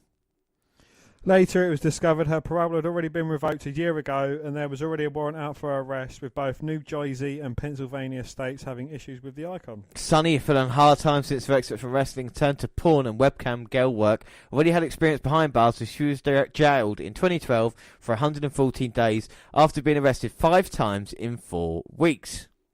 She debuted in WWE in '95 and stayed with Vince McMahon's company for 3 years until switching to rival promotion ECW. A huge favourite with male wrestling support, she was named the most downloaded celebrity on the internet by AOL back in 1998. Sporadic appearances on the independent circuit, but she was invited back to WWE in April 2011 to be inducted into their Hall of Fame. She was starred in one adult movie, Sunny Side Up, In Through the Back Door, and offers webcam sessions on Skype. I'm told. But she became embroiled in a Twitter row after one of her followers responded to a tweet of hers regarding comments she made several years ago. After advertising a webcam session, Sonny responded to a man who said he refused to follow her because I'm a half black man. In an interview, you said you don't like us. In response, Sonny wrote, I'm not racist. Just because I'm not physically or sexually attracted to a black person doesn't make me racist. I'm not attracted to Asians too. The Twitter appeared to be referencing an interview she did for the Q&A series You Shoot in 2012. During it, she says she refused to be an on-screen couple with wrestler Farouk, real name Ron Simmons, and hit back at rumours she slept with him and another black wrestler, Ahmed Johnson. She said, what's it with the black men? Send a white man my way. Not that I'm racial in any way, shape or form, but I just don't do that. She later claimed in the interview that black athletes love me due to her blonde hair and the boobs and the butt. Well, Sonny then lists a number of names before saying, I don't get any white guys, it's all the black guys. I mean, there are some stories about Sonny. We're going to bring it to you soon, kind of behind the scenes of her in WWE. But unfortunately, she's announced now it's her comeback/farewell tour. Tammy Sitch announced the following on her Facebook page. I'm pleased to announce that I'm taking bookings for my comeback farewell tour 2018-2019. I'm taking bookings for personal appearances, autograph signings, wrestling shows and party appearances for what will be my final 9 to 12 months of appearances before I call it a wrap. And on that surprise, James, Tammy! You know you want me! She's going to shag you. Me. She would as well. She's returning to school and leading life after next year as a normal member of society. See, my normal member of society. We're a private, personal life. Yeah, fuck that. 28 years in this crazy business has been long enough. Well, please direct any booking inquiries to totallysunny1@gmail.com. And you joke about that, Dan, but I have booked her. She's here. Sunny! No, she's here for the Christmas special. I cannot wait. We'll be talking about stories of old with her here on the WNR podcast, and she'll blow us as well, which is great. Well, please do not email for Skypes as she will no longer be doing them. I appreciate all of your support over the past 28 years and cherish every moment. Let's make America sunny again for this coming year. Good for her. Why is coming spelled C-U-M? On to more serious news. The son of Ravishing Rick Rude inducted his father into the Hall of Fame, but now he's in some serious trouble after being arrested last month for a number of serious felony charges. Well, according to a number of news outlets, Richard Ryan Rude. Glorious. According to a number of news outlets, Richard Ryan Rude was arrested last month and now faces felony charges for a number of crimes, including terroristic threats and possession of firearms during the commission of a crime. That reportedly happened during a traffic stop, and it said that Rude initially refused to stop for police, and when he finally did, it was clear he was driving under the influences. Like father, like son. Oh, Dan. 2 champagne bottles were found in his car, along with 2 firearms, and police later learned that he had made threats to cause bodily harm to a 45-year-old woman. Her identity hasn't been revealed. Now, Rude is charged with 2 felony counts of possession of a firearm during the commission of his crime, obstruction officers, a violation of having an open container, simple assault and disorderly conduct. The most serious charge appears to be a felony for making terroristic threats, and he could be facing jail time. As always, we'll be sure to keep you updated, so stay tuned for further details. WWE Crown Jewel. WWE have been urged to move the location of the upcoming pay-per-view in Saudi Arabia amid serious backlash. Also the name of a WWE pay-per-view. It will be Judgment Day for them.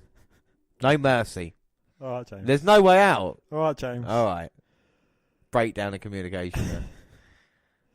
The Middle East Kingdom and WWE signed a lucrative 10-year business partnership earlier this year to stage exclusive shows. That includes the November 2nd event in Riyadh, which is set to showcase a triple threat WWE Universal title match between champion Roman Reigns, Braun Strowman and Brock Lesnar.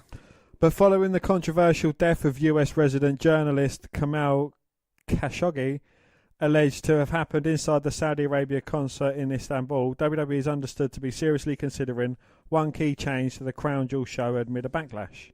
Just days after the pay-per-view, WWE are heading across the Atlantic on their final UK tour of the year, with their flagship Raw and SmackDown live shows taking place in Manchester, England.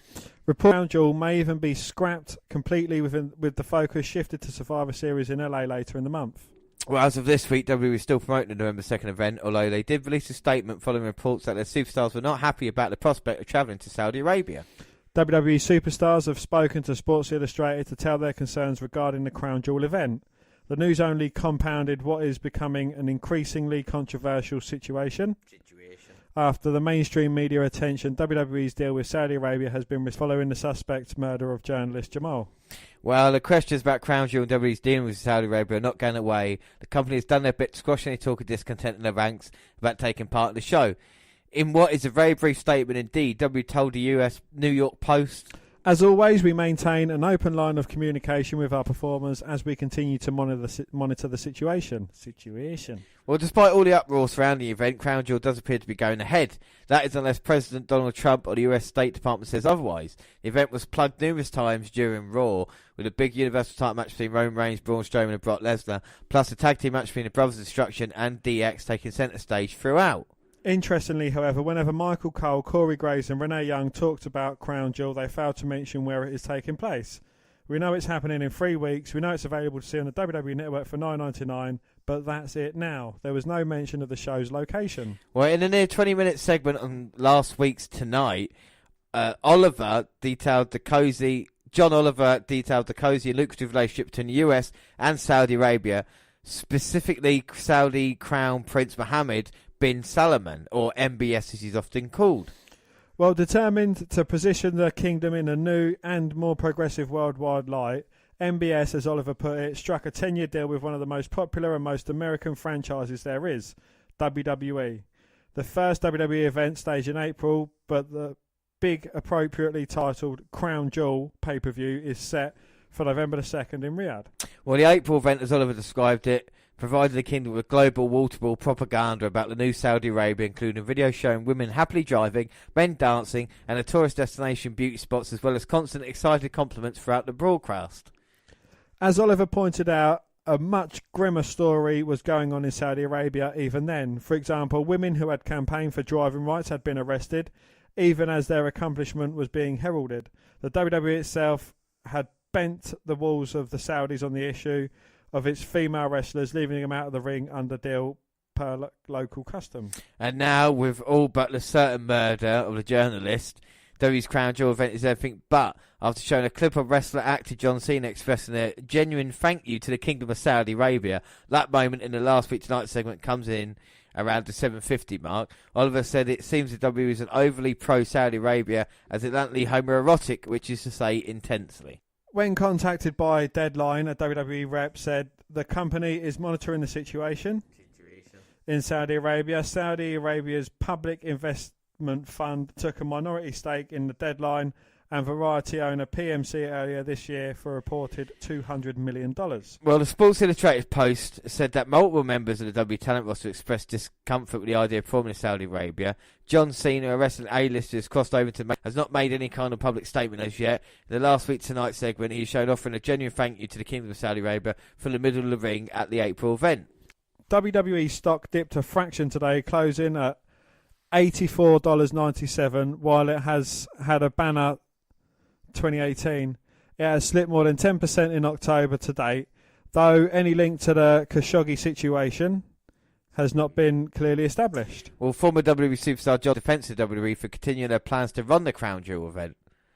Layfield was on Fox Business this morning and made it clear that he thinks WWE is making the right decision despite reports about wrestlers not wanting to go to Saudi Arabia. He said, from what I understand, yes, the idea is WWE are going to go there. The official line is that they're monitoring the situation. My personal opinion is that they should go.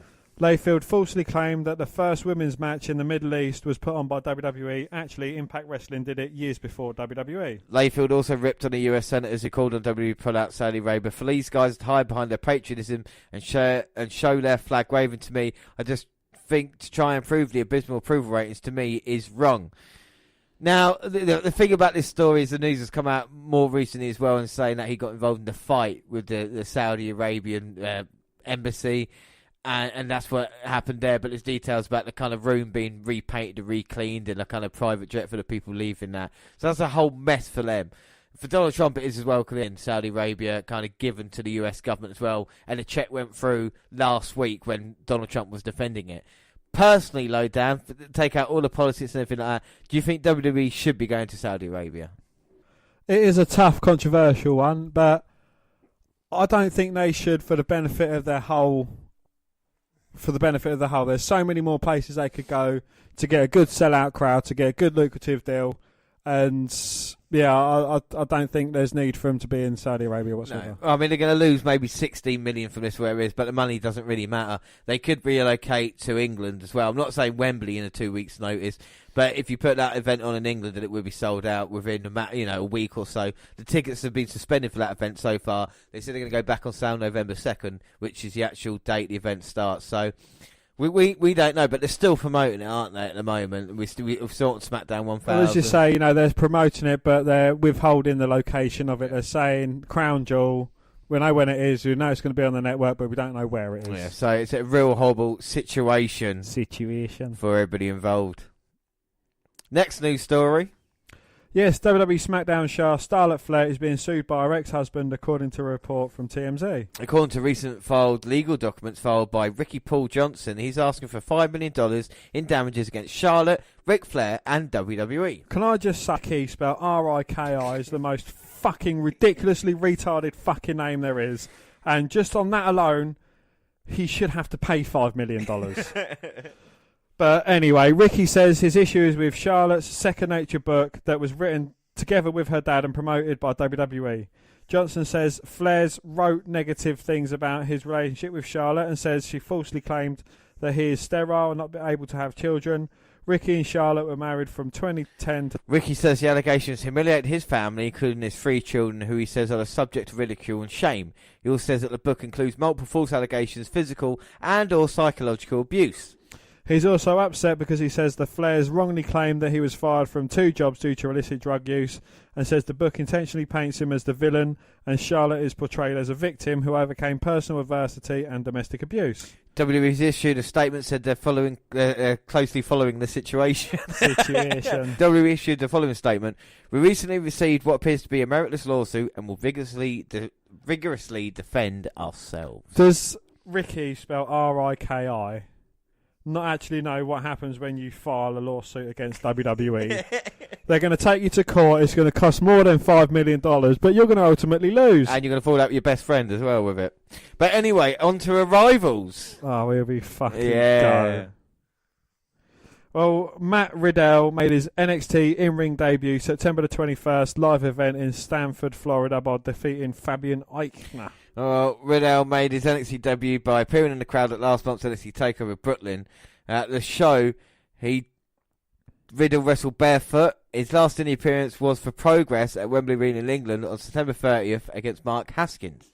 Well, NXT's talented women's division continues to grow, according to Wrestling Insider, who has proven himself reliable at breaking NXT-related news in the past. Former NXT Knockouts champion, where she was known as Laurel Van Ness, the hot mess, Chelsea Green has signed with WWE, and she's said to have reported to the Performance Center in Orlando, Florida this week.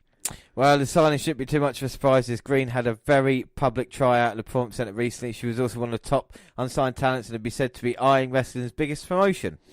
Chelsea Green reported to the WWE Performance Center this week and has been signed by WWE. Well, interestingly, another potential NXT star has also spotted the Performance Center as well. The Rock's daughter, Simone Johnson, who's previously been seen training there last month, was once again there, so it looks like she's taken wrestling training very seriously. Well, that Laurel Van Ness, she was actually quite a very good character in NXT. In TNA. Well, Rey Mysterio's 21-year-old son, Dominic Gutierrez, wants to follow in his father's footsteps of being a professional wrestler. So much so, in fact, that he's began a 3-month training session with former WWE and WCW star Lance Storm at his Storm Wrestling Academy in Calgary, Alberta, Canada. Well, can I just be serious for a moment, please? Well, Mysterio broke the news himself on Instagram. Well, back in 2016, it was noted that Dominic was gearing up to begin his professional wrestling training. Mysterio had obviously been very interested in helping his son prepare for the potential career opportunity. Gutierrez has experience on WWE TV, where he was a child, playing a major role in a storyline between Eddie Guerrero and his father. Yeah, Dominic was on the line in a ladder match at SummerSlam. It's been noted before that a return for WWE for Mysterio would also be enticing because it could open up the WWE Performance Center for Gutierrez to train at. He signed a 2-year deal with WWE, but it's unknown if that was part of the deal. Well, former Ring of Honor TV champion Punishment Martinez has signed with WWE, according to sources. Well, Martinez had a reputation for himself during his days in Ring of Honor, developing into one of the brightest young stars of the company's roster. He now arrives in WWE with the look of a star, an in-ring skill that may not be polished, but features abilities and tools that WWE officials can use to their advantage. Well, completely different than the other stars on NXT roster, he should find relatively quickly. Well, that's as long as he can prove to the trainers at the Performance Centre why Ring of Honor had the trust in him that they did. Yes, and we go on from arrivals to departures. And Neville has made his first pro wrestling appearance since quitting WWE last year at the Dragon Gate event in Japan. Neville, using his old name Pac, joined the RED stable as Elter's mystery partner at day one of Dragon Gate's Gate of Victory event. It was reported in last week's issue of the Res Letter that Neville has not been responding to promoters as best they can tell, and has essentially gone off the grid. Neville was reportedly previously in talks with some promotions, however he says that he wasn't ready to start yet due to legal issues. Neville had been unhappy with W Creative and tried to get his release when he quit the company back in October 2017.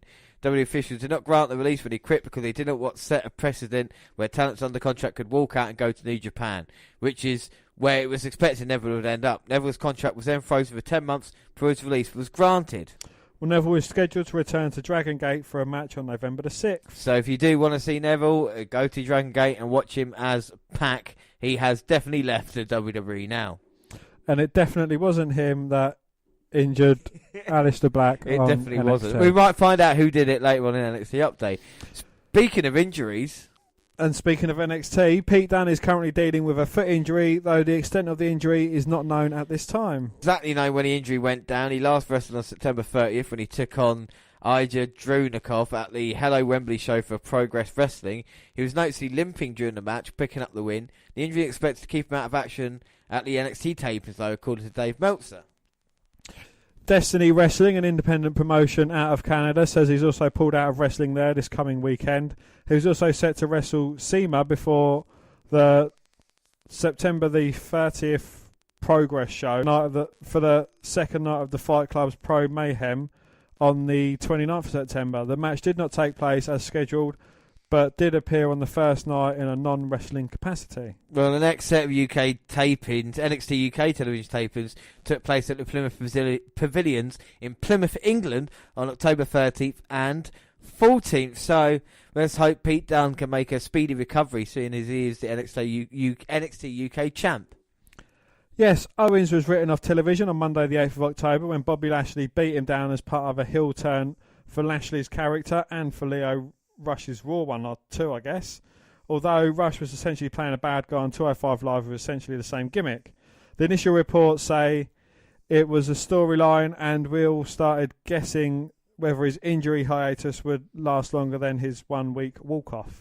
Well, then word come out that he really was dealing with knee issues, but it's probably something minor like a routine scope or a meniscus tear. The kind of thing that could only keep you out for weeks, but no longer than a month or two. Well, now sources are saying that there's a fear behind the scenes that KO could be out for much longer. While there's still no official diagnosis being reported, it's looking like we should expect to be without the prize fighter on our screens for at least 4 months. It's possible he could be out for as many as 8 months. Well, those time frames may sound more like an ACL repair could be on the docket and would mean Survivor Series, Royal Rumble, Mania, and even 2019's Money in the Bank could be Owens free. On the bright side, this could line his return up with Sami Zayn to return as babyfaces, but to take out the man who kayfabed them both out. But let's hope we don't have to work that hard for reasons to be optimistic. Yeah, I mean, we were guessing about 6 months. So what? So 6 months from here now, he might be back by Mania, but you're probably looking at the night after, stuff like that. He posted a picture with both of his legs in plaster as well after having surgery. So let's hope for Kevin Owens. He's been brilliant this year, hasn't he, really? And I think he's going to be a guy that's missed on the main roster. Yep. And on to deaths. Yeah, now it's time for deaths. As noted, the Mormon giant Don Leo Jonathan passed away at the age of 87. WWE put a statement about Jonathan. WWE is saddened to learn that Don Leo Jonathan has passed away at the age of 87.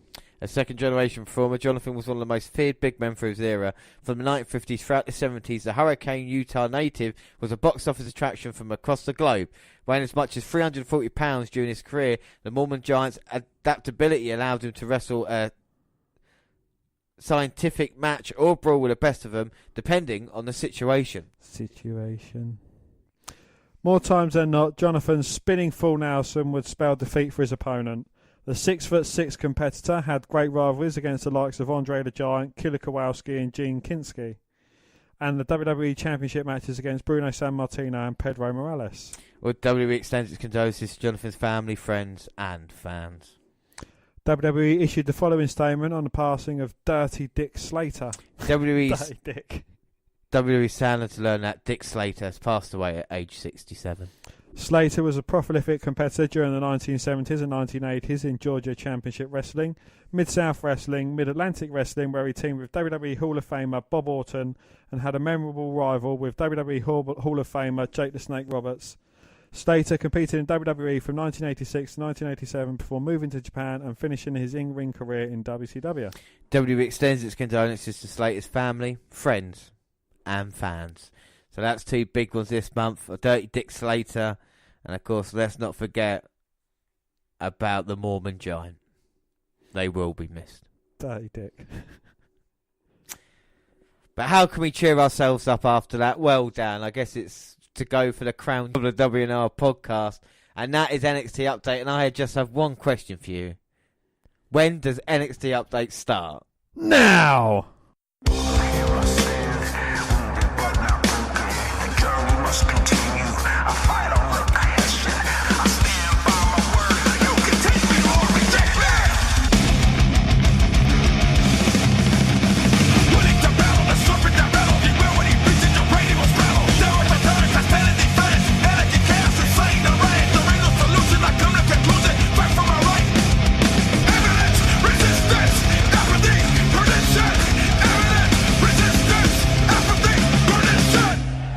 So we move on to NXT Update, and it's the 19th of September 2018. It's episode 469. Well, the hype for the main event before we open and afterwards with Mauro Ranallo, Percy Watson, Slash Jackson and Nigel McGuinness. And then the action begins. It's Lacey Evans and Aliyah, or Nymph, defeating Dakota Kai and Deonna Purrazzo via pinfall on Kai by Evans after the women's right. Well, Purrazzo and Evans start things with a technical standstill, which includes some taunts from each. Nymph comes in to punish the Virtuosa, but she allows Dakota to light Aliyah up with kicks. Deonna comes back in and almost gets Lacey in a armbar via a counter from a tilt-well backbreaker. But Evans fights it off and hits Purrazzo with a forearm in the back to start a sequence of quick tags as the NYC entrant played Face in Peril. The First Lady with near falls after a Bronco Buster and the knee drop onto the Virtuosa's arm. Well, Aliyah or Nymph is in for more, but Deonna gets a free for a tag, flurry of kicks and a cover after two. But Lacey breaks it up, she gets a blind tag, comes in with a finisher, and that's it. Velveteen Dream meets with the press. He answers a question about carrying the momentum from his Brooklyn win over EC3 by saying the questioner should have watched him beat Johnny Failure on the award-winning WWE Network. He refuses to answer the question about who attacked Aleister Black because it's not about the Dream. Street Profits are leaving the basketball court when they're approached by a fan recording on a camera. Since Street Talk was just two. They want her to be asked the question. First, Montel's and Angela Dawkins laugh off a question about who won on the court. Then Ford angrily answers why they lost to the Forgotten Sons when the Mighty stole their chains. He disagrees with the interviewer that they said they just changed. They represent the culture, their struggles against an obstacle, and prove to their mothers that they made it. They leave and get in Montel's sports car, but thank the woman for a great episode. Some highlights of last week's main event, then Bianca Belair's interview from after the match, released on YouTube last week, is shown, making it clear their issues aren't over.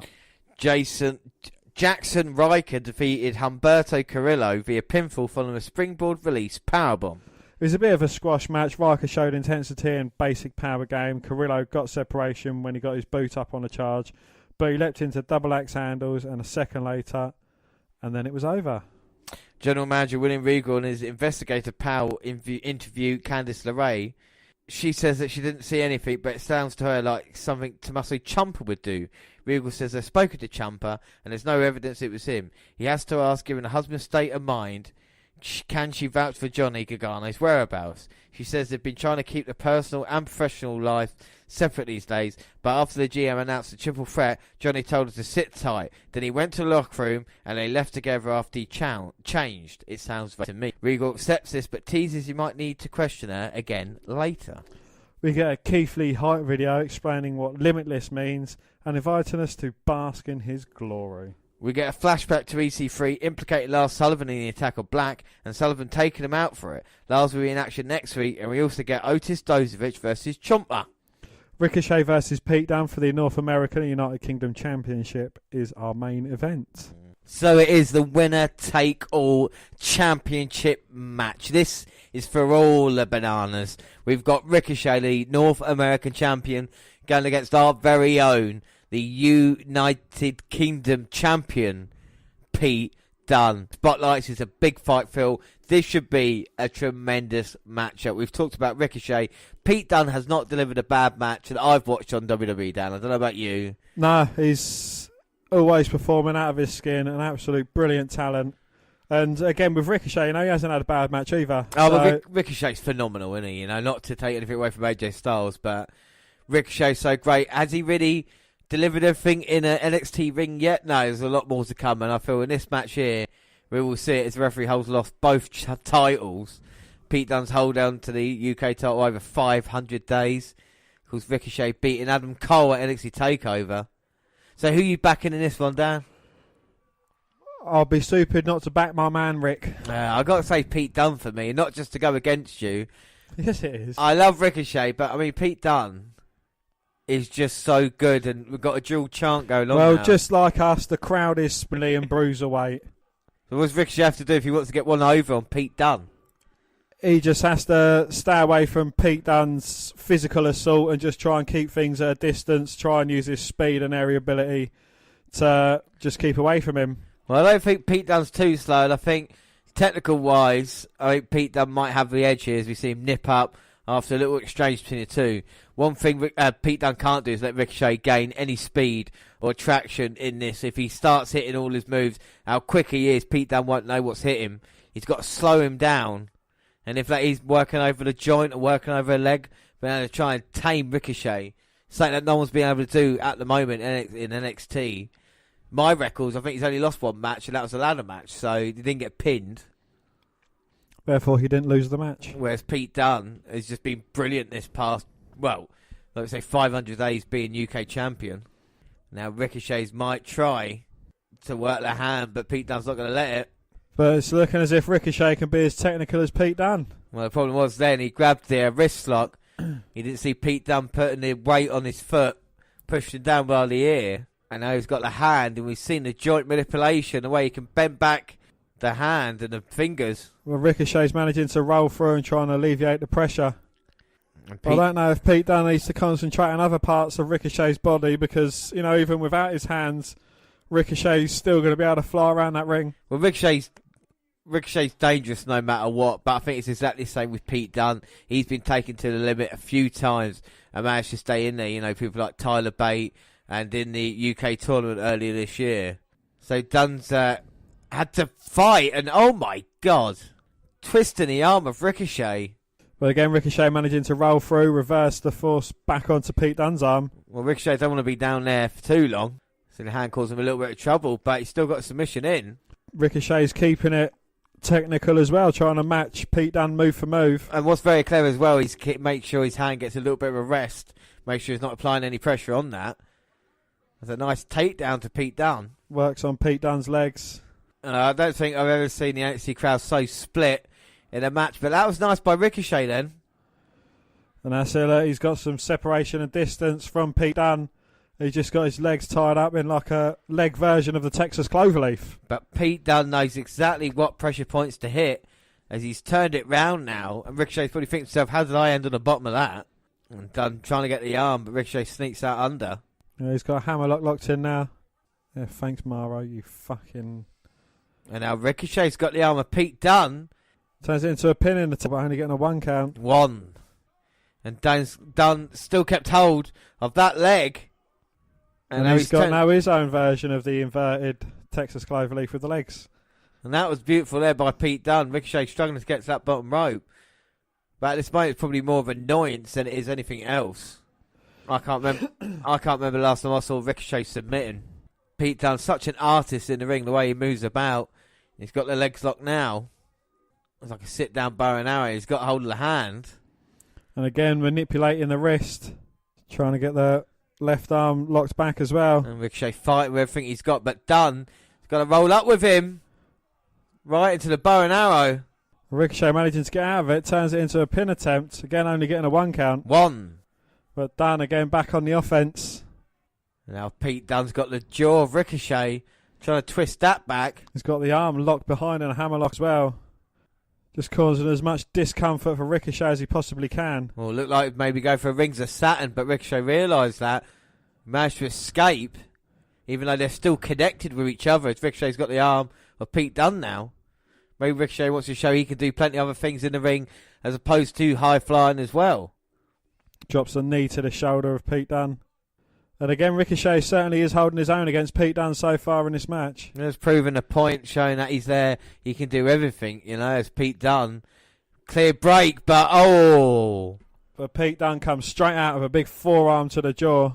Well, normally I would argue against it, but with both championships on the line, Pete Dunne knows what it takes to get the job done. I think this is one of the biggest matches in NXT history here tonight. Dunne will do whatever it is to be on the winning end. And after a bit of technical wrestling, we're going to get the strikes now.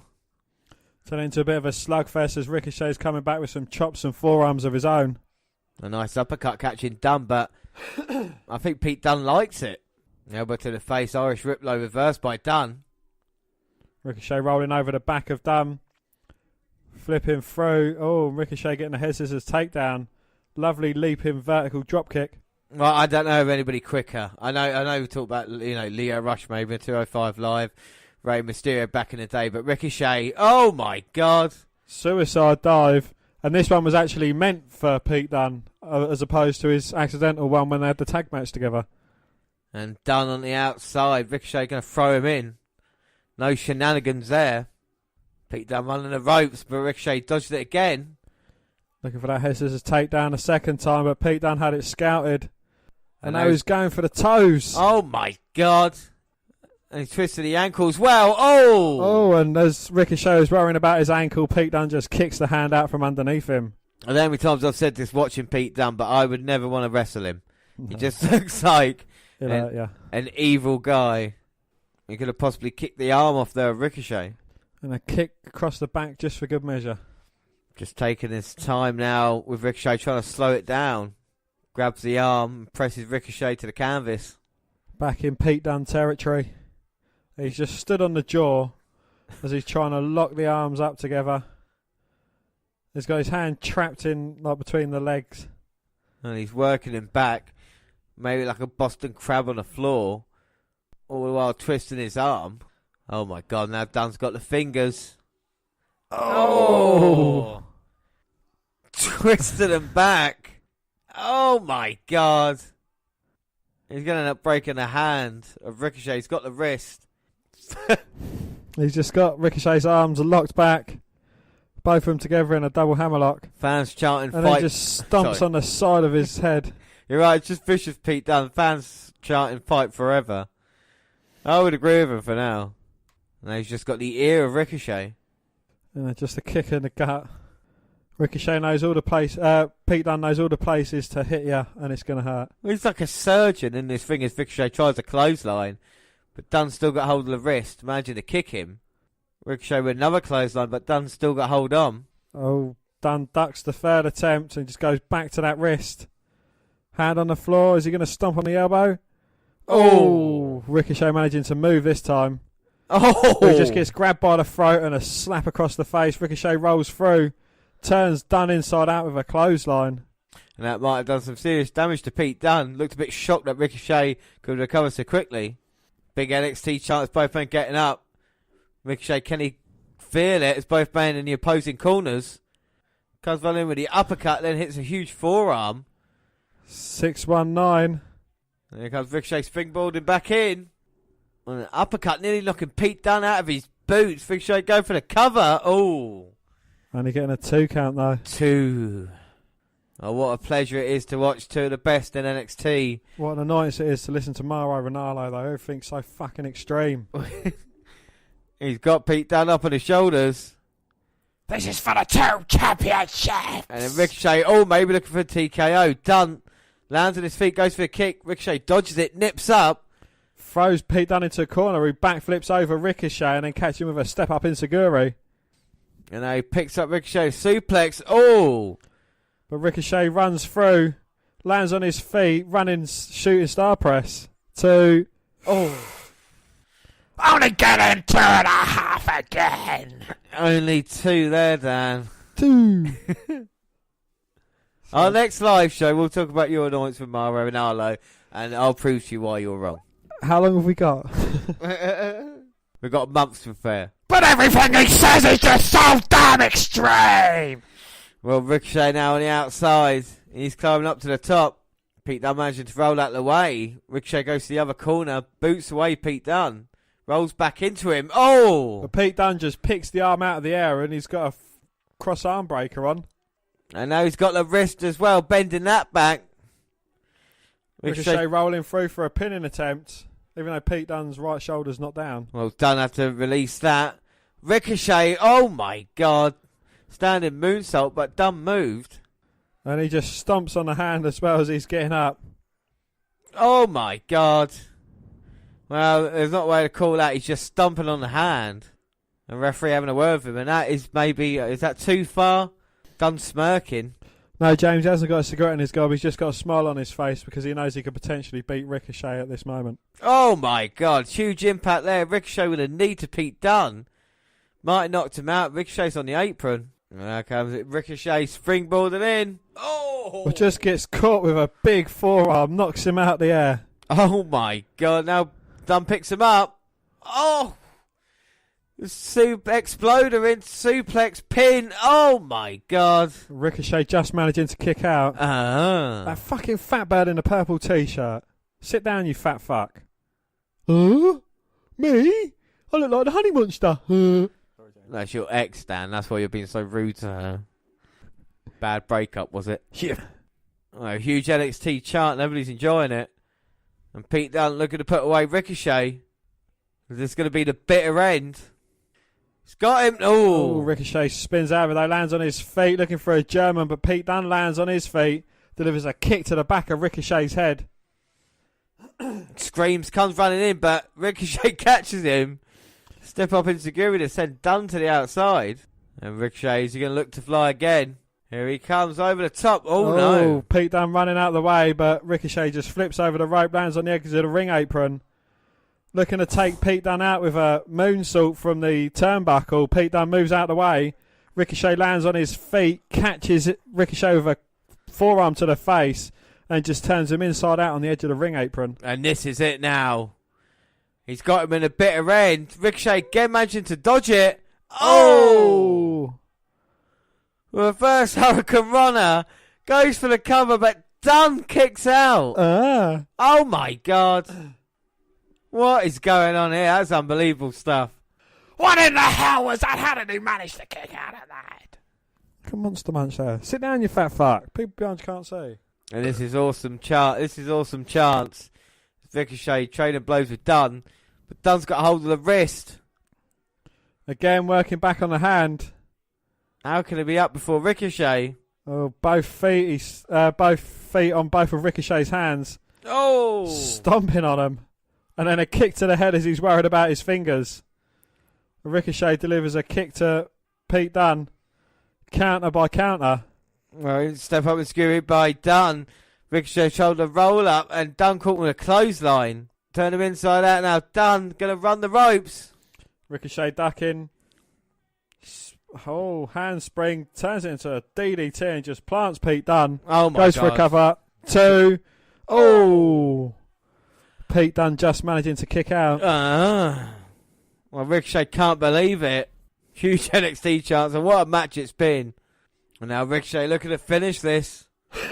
Going up top perhaps for the 450 We've had this is awesome chance. or the 580. Oh, but Dunn realised this and goes to the apron. Ricochet spotting him, grabs him by the hair. And now both guys are in a very precarious position. Oh, now Dunn has got the wrist of Ricochet up the top. Ricochet responding with some big rights to the midsection. Oh, and this doesn't look good for Pete Dunne at the moment. Ricochet on the top. And so is Dunn. Both men in a very precarious position. Oh, my Hurricane God. Rana off the top.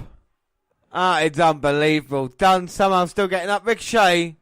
Axe kick to the back of Dunn's head. Oh, face first into the mat for the cover. One, two. Oh. But Dunn still somehow managed to kick out. Unbelievable stuff. How did he survive that onslaught? And the fans chanting both their names.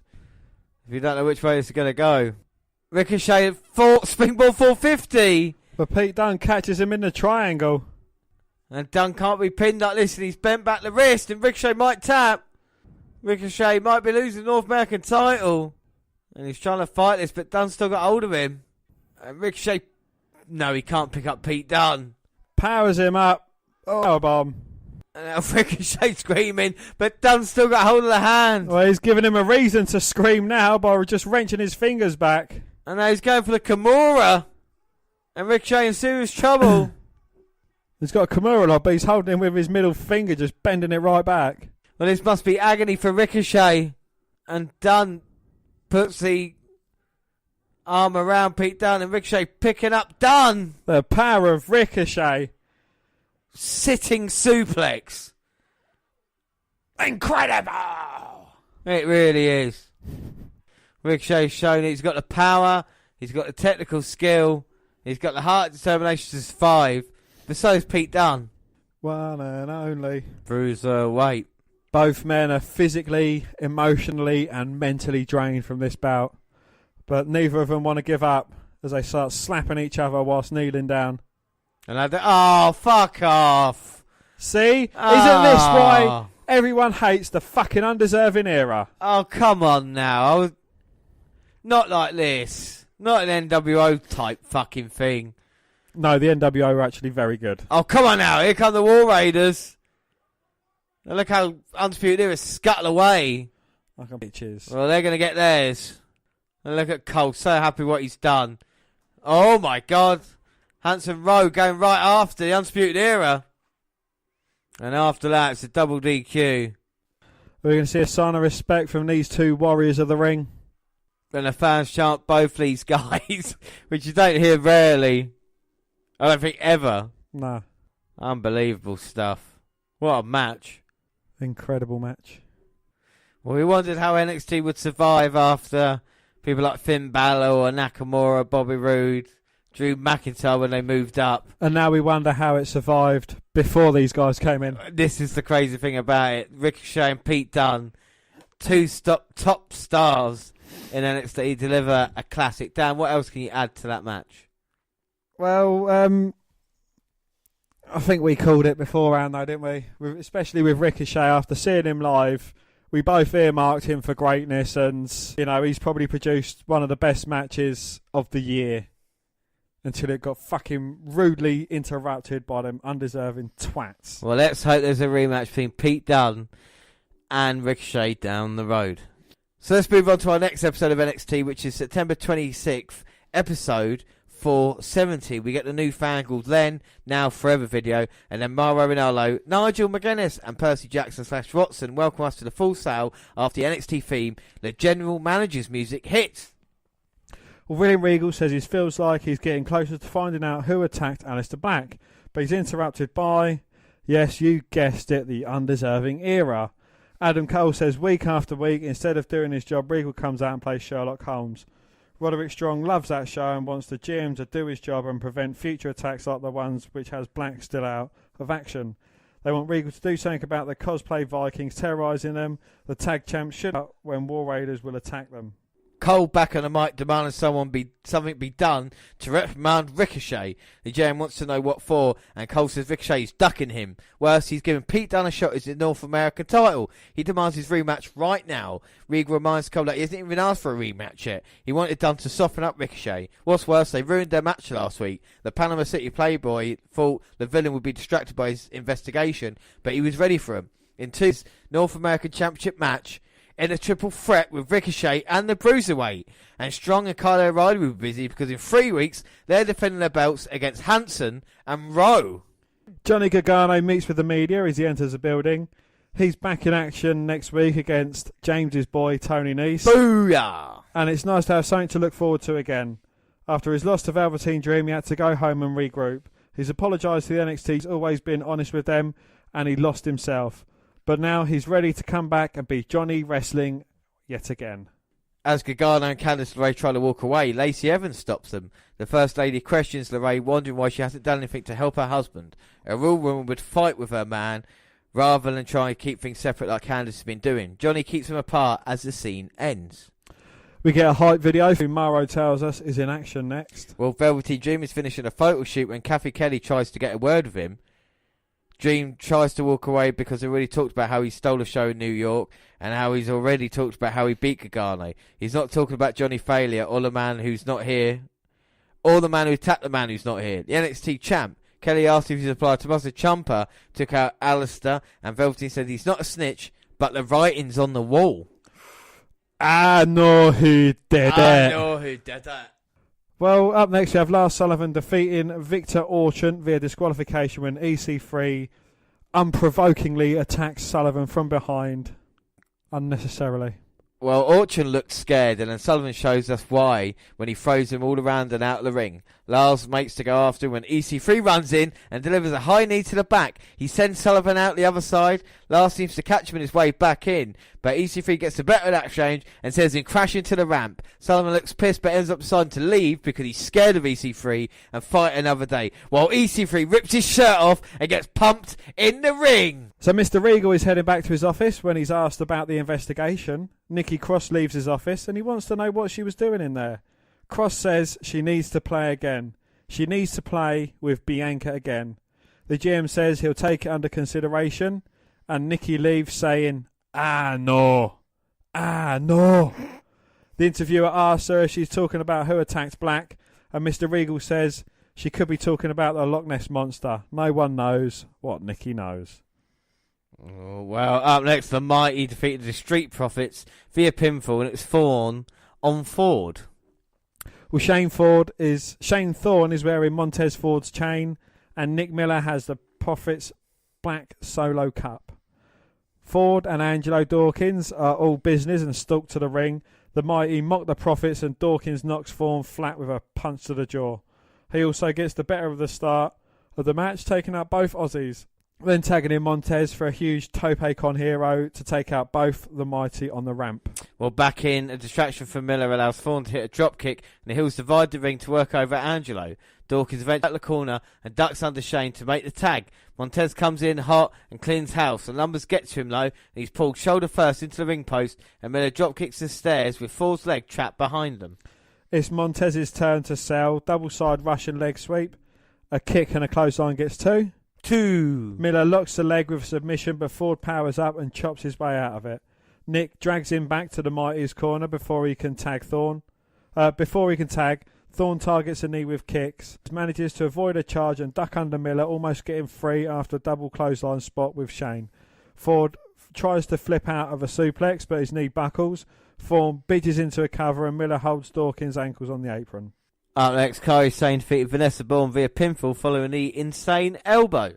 Well, Bourne wears and then kicks the champ's pirate hat out of the ring, anger insane. The Vision tries to catch Kairi while she's mad, but loses the striking battle. Bourne is able to grab Sane for a twisting suplex, which allows her to control the action for a minute until the champ powers out of a neck crank, nails the DDT to end the sequence. Axe handles and then the interceptor spear leads to the sliding D, and that's all she wrote. Well, Shayna Baszler music cuts off Sane in ring celebration. The Queen of Spades heads to ringside, but she's only here to talk. Shania tells Kari to celebrate with the title while she can because the clock is about to run out on that. Same one in Brooklyn, and Basil admits that one hurt her. She's not going to take that out on her right now, though. She's invoking a rematch clause, and she promises to drown Kari, drop anchor on the reign, and take back her title. Well, Kari gets on the mic to say Basil can have her rematch at Evolution. Shayna smiles and heads out of the ring, but the champ has one more thing to say. And I will beat you again. The Pirate Princess smiles and has clearly gotten under her rival's skin. They stare each other down the ramp as the MMA horsewoman backs her way up the ramp. Tucker Knight helps his heavy machinery partner get ready for the main event. Faceless interviewer guy asks Keith Lee what's next. He says he's 2-0 and the Limitless one needs gold to become who he is. Lee walks into a hair prep session for Conor Reeves. The finest big times him, ignoring an offered handshake, and says Lee needs to wait until he's done before barging in. Keith teases him about having the finest losing streak in NXT and offers to face him in the ring so Conor can bask in his glory. Well, next week we get the Forgotten Sons in action, plus EC3 gets his revenge versus Lars Sullivan. Well, we see Tommaso Ciampa defeating Otis Dozovic via pinfall after a pair of draping DDTs. Well, Dozovic's out alone like a good and dumb babyface. The champ takes his time taking off his jacket and putting down the belt after the bell. Otis gets the better of the initial strength battles, knocking Ciampa down with a shoulder block and throwing him out the ring altogether. Dozovic catches Tommaso when he tries a crossbody, spinning him and throwing it.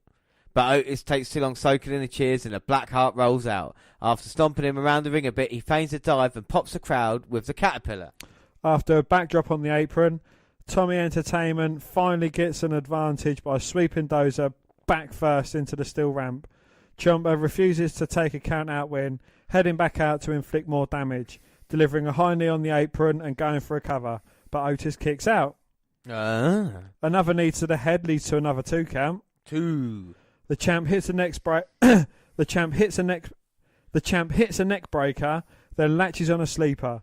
Dozer escapes by dropping onto his back, crushing Ciampa, clubbing blow from the heavy machinery member, then a shoulder to the midsection and a big clothesline for 2. 2. Rolling out, Tommaso grabs his belt and heads up the ramp, but Knight cuts him off.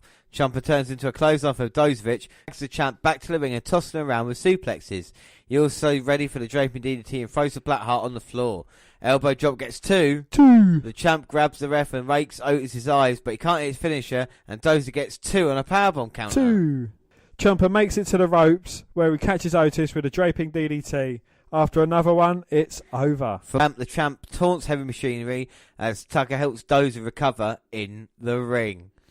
Up next, it's October 3rd, episode 471. Well, Nikki crosses in a steamy backstage hallway. Easy. She rants about how much fun it is to play games and wanting to play with Bianca Belair again. They didn't follow the rules last time, though, and she's speaking of bad behaviour. She knows. She knows. She knows! Well, Mara in the main event, and he, Nigel McGuinness, and Percy Jackson / Watson catch us up on the backstory for our first match.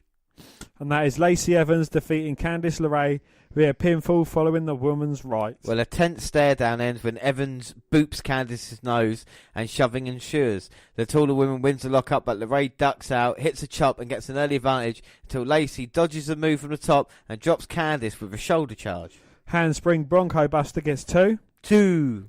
And takes LeRae down with a hair scissors and then does a couple of push-ups while keeping the legs around her opponent's head. Evans positions herself so the referee doesn't see her. She pulls Candice's hair in a chin lock, then transitions her to a modified camel clutch. She calls LeRae a bad wife, which inspires the comeback. Well, Candice surge leads to a facebuster off the second rope, which gets a near fall. Evans avoids the unprettier, but when Lacey calls her a loser, just like your husband, LeRae loses her composure. The First Lady takes advantage to hit a finish, a ref break. Morrow kicks it to a kick-ass video package for the North American title triple threat by talking about each man wanting to build his legacy. Adam Cole says, meh, meh, meh, meh, meh. He says it represents the future of NXT where he's taking the brand. Pete Dunne talks about owning the UK and wanting to expand his legacy by adding the North American title. Cole says the only reason that belt matters is because of him, which is bollocks. Ricochet says it was just a prop with the Undisputed Era's leader. He respects what Dunne has done, but he's building the belt's legacy with great matches like the one he had with the Bruiserweight and next week's Triple Threat. We get a quick hype video for Forgotten Sons, Jackson Riker, Steve Cutler and Wesley Blake, and they're in action next. Tommaso Ciampa's back to filming his own interviews backstage. He says that when you're on top, people will always accuse you of things. Maybe they're doing it to hide their own guilt. Velveteen dreaming because he's dreaming if he thinks Ciampa had anything to do with Aleister Black's attack. They both know what Black experienced. Velveteen needs to stay out the champ's spotlight. He needs to remember Tommaso is the man who ended the fairy tale, and he'll end the dream if he doesn't mind his own business. Well, the Forgotten Sons defeated Tony Kirsch, Vinnie Mixon and Cesar Rise via pinfall after Riker's slingshot release powerbomb. We're told Cutler's nose was broken in the Suns' win over Street Profits, so he's wearing a mask. Riker starts and hangs an opponent in the Tree of Woe. Cutler tags himself in and Jackson assists his dropkick, then breaks Blake's cannonball into that guy. Blake wipes out another of their opponent with a clothesline, and they blast another guy off the apron. Tandem DDT, Riker's back in, and that is it. Well, a recap of the setup for Kairi Sane versus Shayna Baszler for Evolution. A video package airs on Shayna's training camp. She admits she got complacent before Brooklyn, so she's running an old school MMA camp this time. They show her working with Jasmine Duke and Marina Sheriff in a cage. She says her camp is much more grueling and advanced than anything those girls do at the Performance Center. Baszler is going to prove that women's wrestling involved and that she's evolved at Evolution. Evolving at Evolution. Genius. Well, Tony Nese is interviewed about why he's here. He does his usual spiel about his abs, giving us 8 reasons why he'd dominate here like he does in 205 Live. Johnny Gargano is shown walking backstage with his game face on. Kathy Kelly interviews Bianca Belair, who insists she calls her Miss Belair. The EST heard that Nikki wants to play, but she's not here to play, especially with a scraggly-haired widow. She will wrestle Cross again, and this time she'll embarrass her. After that, she'll still be undefeated. She claps that at Kelly a few more times while backing away. Johnny Gargano defeats Tony Nese via submission with Gargano escape. Well, Johnny wins the early exchange, but when Gargano goes to dive after head scissors Nese out of the ring, he charges right into a clothesline. The advantage doesn't last long though, as he dumps Tony again and hits the dive to the short side. He looks energised by the crowd support, but gets caught climbing back to the top, and Nese pulls his legs out from under him to take control. That lasts until Gargano is able to dodge a springboard enziguri and grabs Nese for a DDT. A flurry leads to the spear through the ropes for 2. They trade forearms. Johnny nails a kick but can't follow up. Tony gets out of Gargano, lifting Johnny up by one arm, but he pops out the back. Another exchange ends with Nese buckle bombing him into a corner. Well, the purple-brown regular follows by lands on his feet after a great twisting dive, rolling Gargano back in and hitting a 450 splash clean. But Johnny kicks out. Gargano gets free, but his comeback is short-lived, but he's Germaned into the buckles. Johnny pops right back out of that low, hits a super kick and a clothesline, then locks on his submission to get the win. Only Lorcan and Danny Burch get a hype video, and it covers their backgrounds as opponents, as working class kids who scratched and clawed their way into WWE. Their Chicago title shot is discussed when they talk about winning over the crowd during the match with their fighting spirit. Lorcan describes the facial fractures he suffered via Roderick Strong's high knee in that match. The outing and the injury motivated them, and they plan to prove that 2 average blokes can win the tag titles.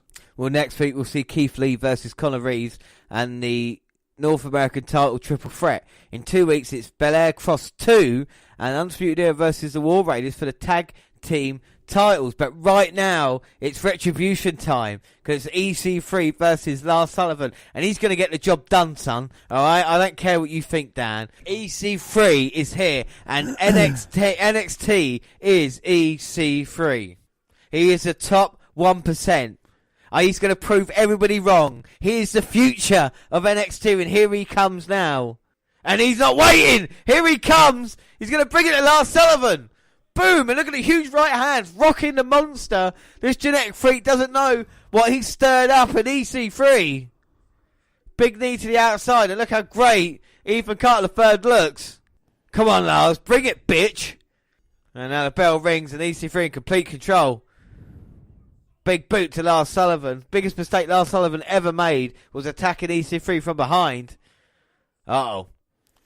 And he grabs EC3 by the throat, but Ethan Carter just pushes his arm off, shows him back first into the steps. Yes, he but does. Sullivan responds almost immediately. Oh, but that doesn't stop EC3 from again slamming Lars into the stairs. But again, Sullivan just grabbing him round the throat. But for a third time, EC3 shoves Sullivan back into the steps. And you can see the redness of Sullivan's back there on the stairs. EC3 definitely bringing it. It's definitely trouble for Lars Sullivan. Trouble, trouble, trouble, trouble, trouble, trouble. NXT, EC3. Go on, EC3, go flying then. Oh, no, you can't. Don't call him that. And he goes to the outside of Sullivan. Oh! Sullivan with a cheap shot. And look at the cuts on his He's back. gashed open Sullivan's back, big time. Come on, EC3. Big right hands. Rocking Sullivan. And the chops now. And now he's going to look to slam him. Oh. No. Sullivan fights out quite easily with a knee to the midsection. Looking to charge towards EC3, but he sidesteps and Sullivan hits the ring post. Genius there by Ethan Carter. Now he's going to pick up Lars. The slam heard round the world. Shut up, Maro. I have never known anybody to pick up Lars Sullivan. It's not the EC3 elbow. Oh my God. Hits it. That is it.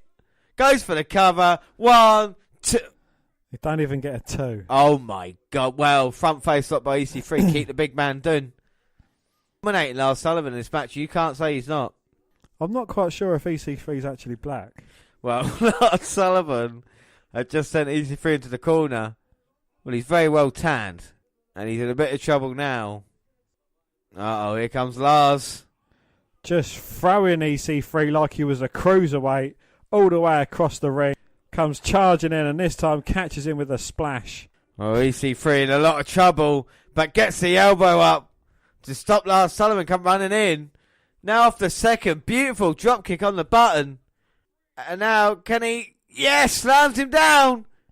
1, 2, oh.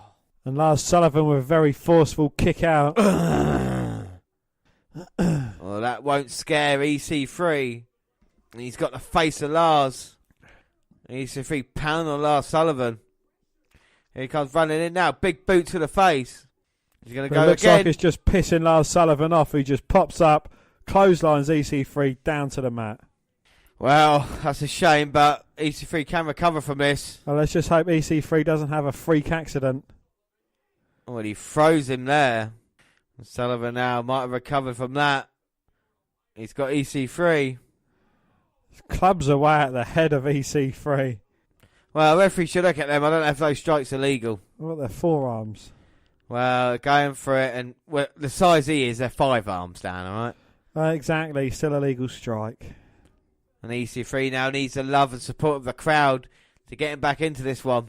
And the crowd have just completely shut up. And No, they're they in haven't. You awe can hear them. at Lars Sullivan. You can't hear anything. You can't hear anything EC3. over Mauro fucking Ronaldo. EC3. EC3. Oh my God, he's like he's ripping his head off. EC3.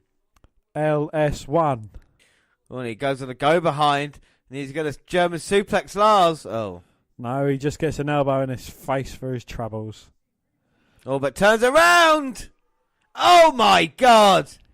Throws Lars Sullivan. It must weigh at least 400 pounds. At least 600, 700 pounds. The Carter splash. And he's going up now. Oh, beautiful crossbody. Goes for the cover. 1, 2. Oh. And again, Lars Sullivan forcing his way out at 2. 2. But Carter's had more pin attempts than Lars has. EC3's busted wide open. Oh, and Eve got the third, trying to pick him up. The top 1%. Lars blocks it. Oh, short arm clothesline nearly knocks EC3's head off. He can barely see straight now. EC3 starting to regret his decision to target Lars Sullivan. Uh-oh, now he's in a bit of trouble. Going for the freak accident, but EC3 blocking it. Oh, eliminates Lars Sullivan from the Royal Rumble and himself. Well, you can see the marks on war, or the marks of war for both men. EC3 shouts out. Oh my God, but Lars Sullivan catches him. Lars Sullivan's caught him. Oh! Plants him back first on the hardest part of the ring. EC3 is fucked. And EC3 might be in a little bit of trouble now. Lars going to the top. Oh my God, here he comes! Flying headbutt a la Chris Benoit. Hello, Chris Benoit. Rolls him over. 1, 2, 3. And EC3 didn't even need the freak accident to finish him off. Well, he got a freak accident on the apron, actually, before the match EC3's ended. busted wide open. It's internal bleeding. He's in serious trouble here. As he is in most matches because he's shit. Well, EC3 will fight again. I don't give up on wrestlers when they do bad, Dan. All right? I don't just go for people who are just successful anyway. EC3 is going to have a bright future. Unfortunately, the monster Lars Sullivan is looking more and more impressive as time goes by. People forget about his loss to Aleister Black and his quest for the NXT title. His loss to my guy, Aleister Black. What do you think of that match, Dan? Without being EC3 negative. Yeah, it is certainly is a great display of Lars Sullivan, his strength. And, EC3's not a small guy, but he was throwing him about like he was fighting Ricochet. Well, I'm worried for EC3 here because he's not won at TakeOver yet. He just lost to Lars Sullivan when you assume the babyface would normally win. So I'm going to have to keep a close eye on what they do with EC3. But Lars Sullivan looks as good as ever here on NXT. So it's episode 472 and it's October 10th. Yes, NXT champ Tommaso Ciampa is on his way out even before Mauro Ranallo, Nigel McGuinness and Percy Watson/Jackson can introduce themselves. He tells the bout he loves it amidst a sea of boos and then calls for a mic. He puts over his entrance music as the greatest of all time for the greatest sports entertainer of all time. It brought silence to the sheep. There's always one who tries to break away from the flock. In this case, that one is the Velveteen Dream. Ciampa tells Dream he's making the champ's attention. Ciampa tells the Dream he has the champ's attention, but he's done it the wrong way, making accusations, sticking his nose in things that are none of his business. Well, that brings out the Dream. He finds all of this interesting, especially the part where Ciampa claims to be the greatest of all time. He doesn't appreciate the threats coming from the champ, though. He also thinks the championship deserves a different experience than the one with an angry bald man hiding behind his insecurities. Tommaso says he may be an angry bald man, but he's one with a shiny title. He gets it. Velveteen wants what the champ has, the main event. He doesn't even think Dream believes he attacked Aleister Black. He just isn't man enough to ask for what he wants. The title, not Ciampa, mind you. Wonders, the title, not Ciampa, mind you. Wonders if maybe Velveteen Dream isn't tough enough. Dream says not only is he man enough, he's more man than Tommaso can handle. And if he wants to find out, all he has to do is time with him and the belt. Well, before Ciampa can answer, Nikki Cross music hits. She charges the ring and plays with the tassels on Dream's jacket and tries to touch the belt. She tells Velveteen she knows what he did, then puts her hand in his face. He thinks about hitting her, but she backs off and goes to the champ. He pulls the belt back and she knocks the mic from his hand. She gets down on the ground and says, "I know what you did too," into it. She chases Dream off and kicks the mic away from Ciampa before rolling out and dancing her way up the ramp. Ciampa clutches the belt and looks concerned as the segment ends. Adam Cole is seen stretching his anus in the back. Adam Cole is seen stretching in the back, and Percy hypes our next match as we go to commercial.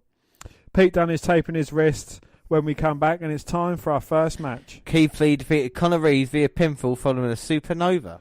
Reeves talks trash and declares himself NXT's finest at the bell, and Lee laughs in his face. Conor shoves his opponent into the corner, but that gets turned around and Keith delivers his deafening chops. Reeves gets sent to the floor in the next exchange, but he snaps Lee's head over the ropes when he reaches for them to take control. Drop kick and elbow drop, get a cover, then it's rest holds and dirty tricks. Lee hulks up through some strikes, then bulldozes Reeves over, and that's it. Well, Nigel reminds us of Evolution's women's title match, and it's another Shayna Baszler training video. She's again saying it was her mistake that allowed Kairi Sane to beat her in Brooklyn, not that's beating her.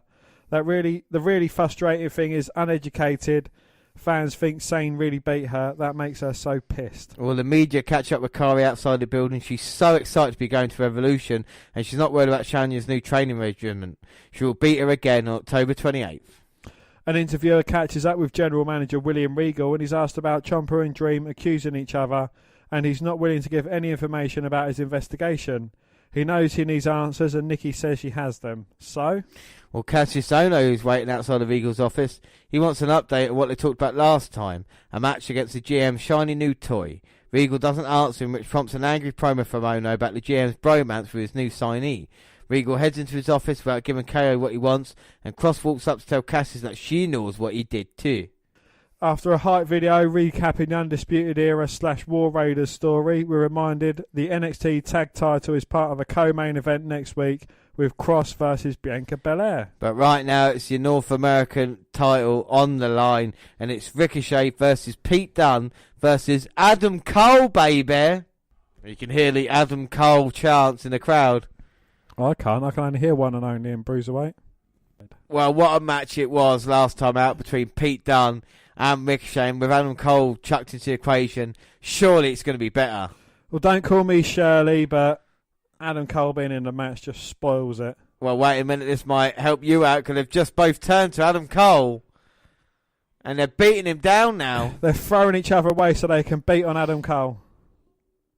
Well, Pete Dunne was doing it, now Ricochet's come around. And there's an argument going on. Oh! And Adam Cole cowardly throws Ricochet into Pete Dunne and then hits him on the head. Now he's working the forearms, but Ricochet fighting back. Cole responds with a kick to the midsection to Ricochet. Irish whips him into the corner. Looks to charge at Ricochet, but he jumps over the top of him, runs the ropes, spins over the back of Adam Cole, catches his head and just plants him into the mat and nips up, hits him with a lovely drop kick. Well, it's hard to kind of keep up with how quick Ricochet moves in the ring. Oh, and a handspring backflip when he just lands in the middle of the ring in his Superman pose, calling Pete Dunne out. But again, Adam Cole from behind throws Ricochet out.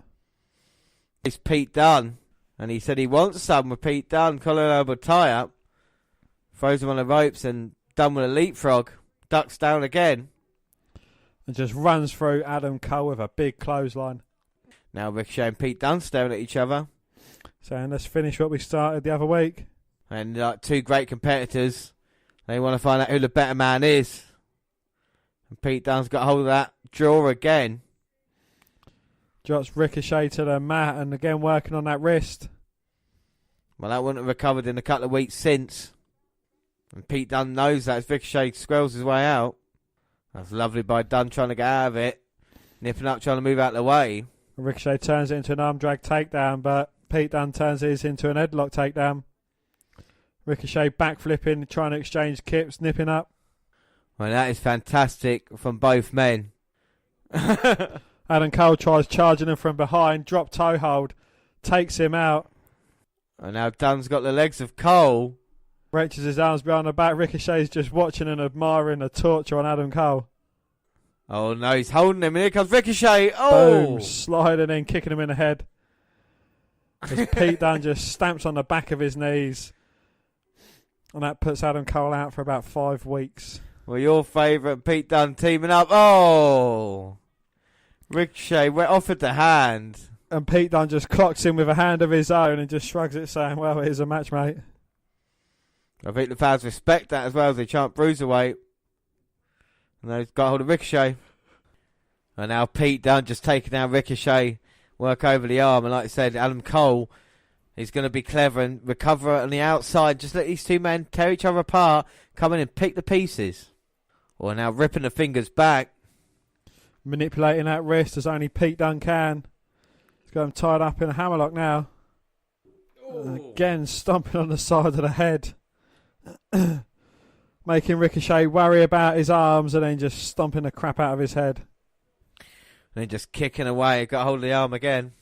Looking for a short arm clothesline. Ricochet ducks it. Goes to work on Pete Dunne's wrist. Arm drag takedown. Pete Dunne cleverly rolling to his stomach though. Can't be pinned. Oh, brilliantly done by Ricochet though. And he's got variation of the... Oh, here comes Adam Cole. Breaking it up. Adam Cole now with the boots to Dunne. Boots to Ricochet. Adam Cole, baby! Look at Adam Cole smirking. No, he's just a mug. Throws Ricochet on the outside. Now he's going to focus on Pete Dunne. Mounts him. Rains down with the right hands. See, technical masterclass between Ricochet and Pete Dunne. Then Adam Cole comes in and he just kicks and punches. Well, net breaker there by Adam Cole, but Dunne kicks out at 2. 2. Now Adam Cole trying to take advantage as quick as he can. Ricochet's up on the apron. Adam Cole tries to cheap shot him, but Ricochet catches it. Oh, Ricochet looking to springboard in. Adam Cole bounces off the top rope, knocking Ricochet down to the mats below. Dunne with a kick to Adam Cole's legs. But nice by Adam Cole there with a bicycle kick. He might have 2, Dunne. No chance. Pete Dunne managing to kick out. Dunne making sure his jaw's still in place. But Dunne there stepping on Adam Cole's foot. Just punching away with the lefts and rights. Nice combination, but Cole's got the leg, but that doesn't stop Dunne. Slaps him round the face and then a step up insecurity. But here comes Ricochet. Springboards in with a Hurricane Rana, taking down Pete Dunne. Now setting his sights on Adam Cole. Spear in the corner, kick to the back. Oh my God, runs up the side of the ring. Moonsault on the bruiserweight, comes in with a flying European uppercut. 1, 2. Only getting a 2 count. 2. Adam Cole showing a lot of toughness there. Now Ricochet picking up Adam Cole on his shoulders. But Cole fighting with everything he's got. Dunne's back in now. Slaps Ricochet, drops Adam Cole, who hits Pete Dunne. Didn't affect him, and he gets with a big one that turns him inside out. Ricochet with a kick to the midsection of Dunne. Irish whip. Dunne flips over him though. Step up enziguri to Ricochet in the corner. Adam Cole grabs him from behind looking for a German. Dunne landing on his feet and kicking Cole in the side of the head. Now kicking down Ricochet and putting both men on top of each other. Oh my God. He's got half Boston Crab locked in on both men. Both men screaming out in pain. This could be it right here. Ricochet managing to get free though, so he turns his attention to Adam Cole. Oh, Ricochet though, jumping on Pete Dunne with a submission. He's got the octopus locked in. And Adam Cole, as he likes to, from behind. A backstabber, but no, Ricochet kicks out. No, all 3 men struggling to get to their feet.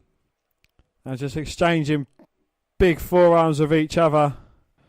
Ricochet's up to his feet. So's Adam Cole and Pete Dunne. It's a 3-way trade-off. Adam Cole was the one that chickens out first. Again, coming from behind. Looking to take Pete Dunne out. But Pete Dunne with a standing switch gets kicked in the head. Adam Cole with a flying leg lariat. 1, 2. Oh, but Ricochet managing to kick out. Now Adam Cole looking to finish this. Ricochet drops to a knee so Adam Cole can't lift him. Turns his arm and just delivers a thunderous forearm. That rocks Cole back in the corner. Here comes Ricochet running in, but Cole catches him. Ricochet lands on the second rope. Fakes a jump. Pete Dunne comes in, knocks down Adam Cole, goes after Ricochet, kicks him. Adam Cole comes across, kicks him. And then Pete Dunne with a standing moonsault. Or sunset, is it moonsault? Moonsault. It's unbelievable action for all 3 men here. Trading off blows. And now Ricochet building some momentum. Here he goes. Second rope. Moonsault. Oh! Oh my God. Well, he was going for his springboard moonsault. Both Adam Cole and Pete Dunne super kick him in the jaw. All 3 men down in a war. Crowd chanting Mamma Mia. It's like that's a shout out to Mauro fucking over the top Ronaldo. Both men go for the cover, but Ricochet moves out of the way. And then Adam Cole and Pete Dunne are just left holding hands.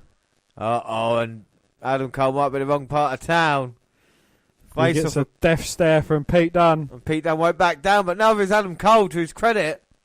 Both men just trading. Pete Dunne with their headbutts. Oh, Pete Dunne's got the arms of Adam Cole.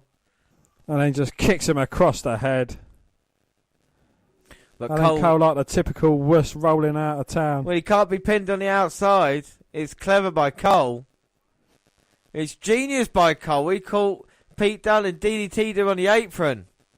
And now Dunne against the stairs. Adam Cole stalking his prey. Oh, but Pete Dunne moves out of the way. Adam Cole kicks nothing but stairs. And now Dunne's got Adam Cole's hand. Break it off. Break it off. Not on the stairs. Yeah, go on. On the stairs. Oh! Yes. I hope that hurts. Ricochet with 6'9", catches Dunne on top of the stairs. Looking for the springboard on Adam Cole, but he moves out of the way. He catches Ricochet with a super kick. Pete Dunne on the second rope. Moonsault taking out Adam Cole. Oh, no. Throws Ricochet back in. Pete Dunne thinks this is his time. Picking up Ricochet. Turns him inside out. 1, 2. Oh, But Adam Cole with the save. unbelievable action. And did Adam Cole save Ricochet's North American title reign? Adam Cole's on the outside. Dunne struggling to get to his feet. Who does Dunne target, Cole or Ricochet? Well, Dunne needs to get to the top first before he worries about who's he looking at. Can he get there? No, Cole cuts him off. And joins him up top. Oh my God, Adam Cole and Pete Dunne, precarious positions, and Cole trying to get Dunne. Oh my God. Ricochet with a big forearm. And now all three men are up. Oh my God. My days. Ricochet's got Adam Cole and Pete Dunne. And he's double up. Oh. Takes them both down. That was crazy. And now Ricochet reverse Hurricane Runner. Plants Dunne face first. Goes for cover. 1, 2. Oh. Only managing a 2 count. 2. And Dunne is so tough. Now Ricochet rolled him in position. Maybe he's going to try to hit the 630. But Adam Cole in, wiping out Ricochet. Oh no, that's how Adam Cole's going to get a victory like this. No, Pete Dunne grabs the hand of Adam Cole. Wrench them fingers back. Go on. That's it. And you can hear Adam Cole screaming. But he rolls up Dunne. Got Feet on the ropes. Oh. Dunne somehow still managing to kick out. Cheats never prosper. And Cole goes for the kick but gets caught by Dunne. Bitter end. Bitter end there. Ricochet. Oh. Looking for a shooting star. Gets caught in the triangle. And Dunne looking to become North American champ. Ricochet though powering up Pete Dunne. But Dunne just wrenching the finger back, getting Ricochet back down to the mat. Just wrenching and breaking those fingers, but Adam Cole with a super kick. And then the last shot to Ricochet. Oh no, don't tell me he's going to go for Pete Dunne. Shoulder breaker. 1, 2. Oh. How did Pete fuck for that? How did Pete Dunne kick out? Because he's better than Adam Cole, baby. Cole is awful. Cole is awful. Well, this is awesome chance, and I wholeheartedly agree. With the Pete Dunne and Ricochet side of it. And Adam Cole looking to finish Pete Dunne now. No, Pete Dunne's up to his feet. Turns Cole inside out with a clothesline. Bitter end. Try second bitter end. Bang. Hits it. Goes for the cover. 1, 2. Ricochet. Oh. Springboard 450. 1, 2, 3. Oh my God. Ricochet retains the North America title in another classic encounter, folks. Absolutely amazing match. It was, it was perfectly worked between all three guys. Credit where it's due.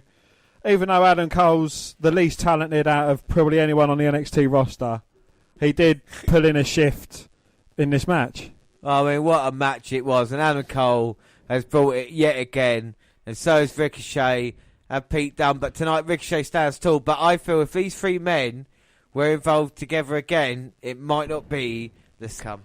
But the main note to take from this, Pete Dunne was pinned. Well, up next, it's our last episode of NXT Update.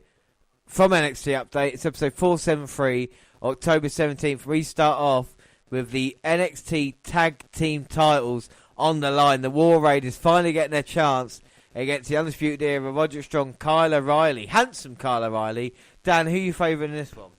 Oh, War Raiders all day long. Let's see if they can be successful The bell's rang now, and it's Rowe in there with Roderick Strong.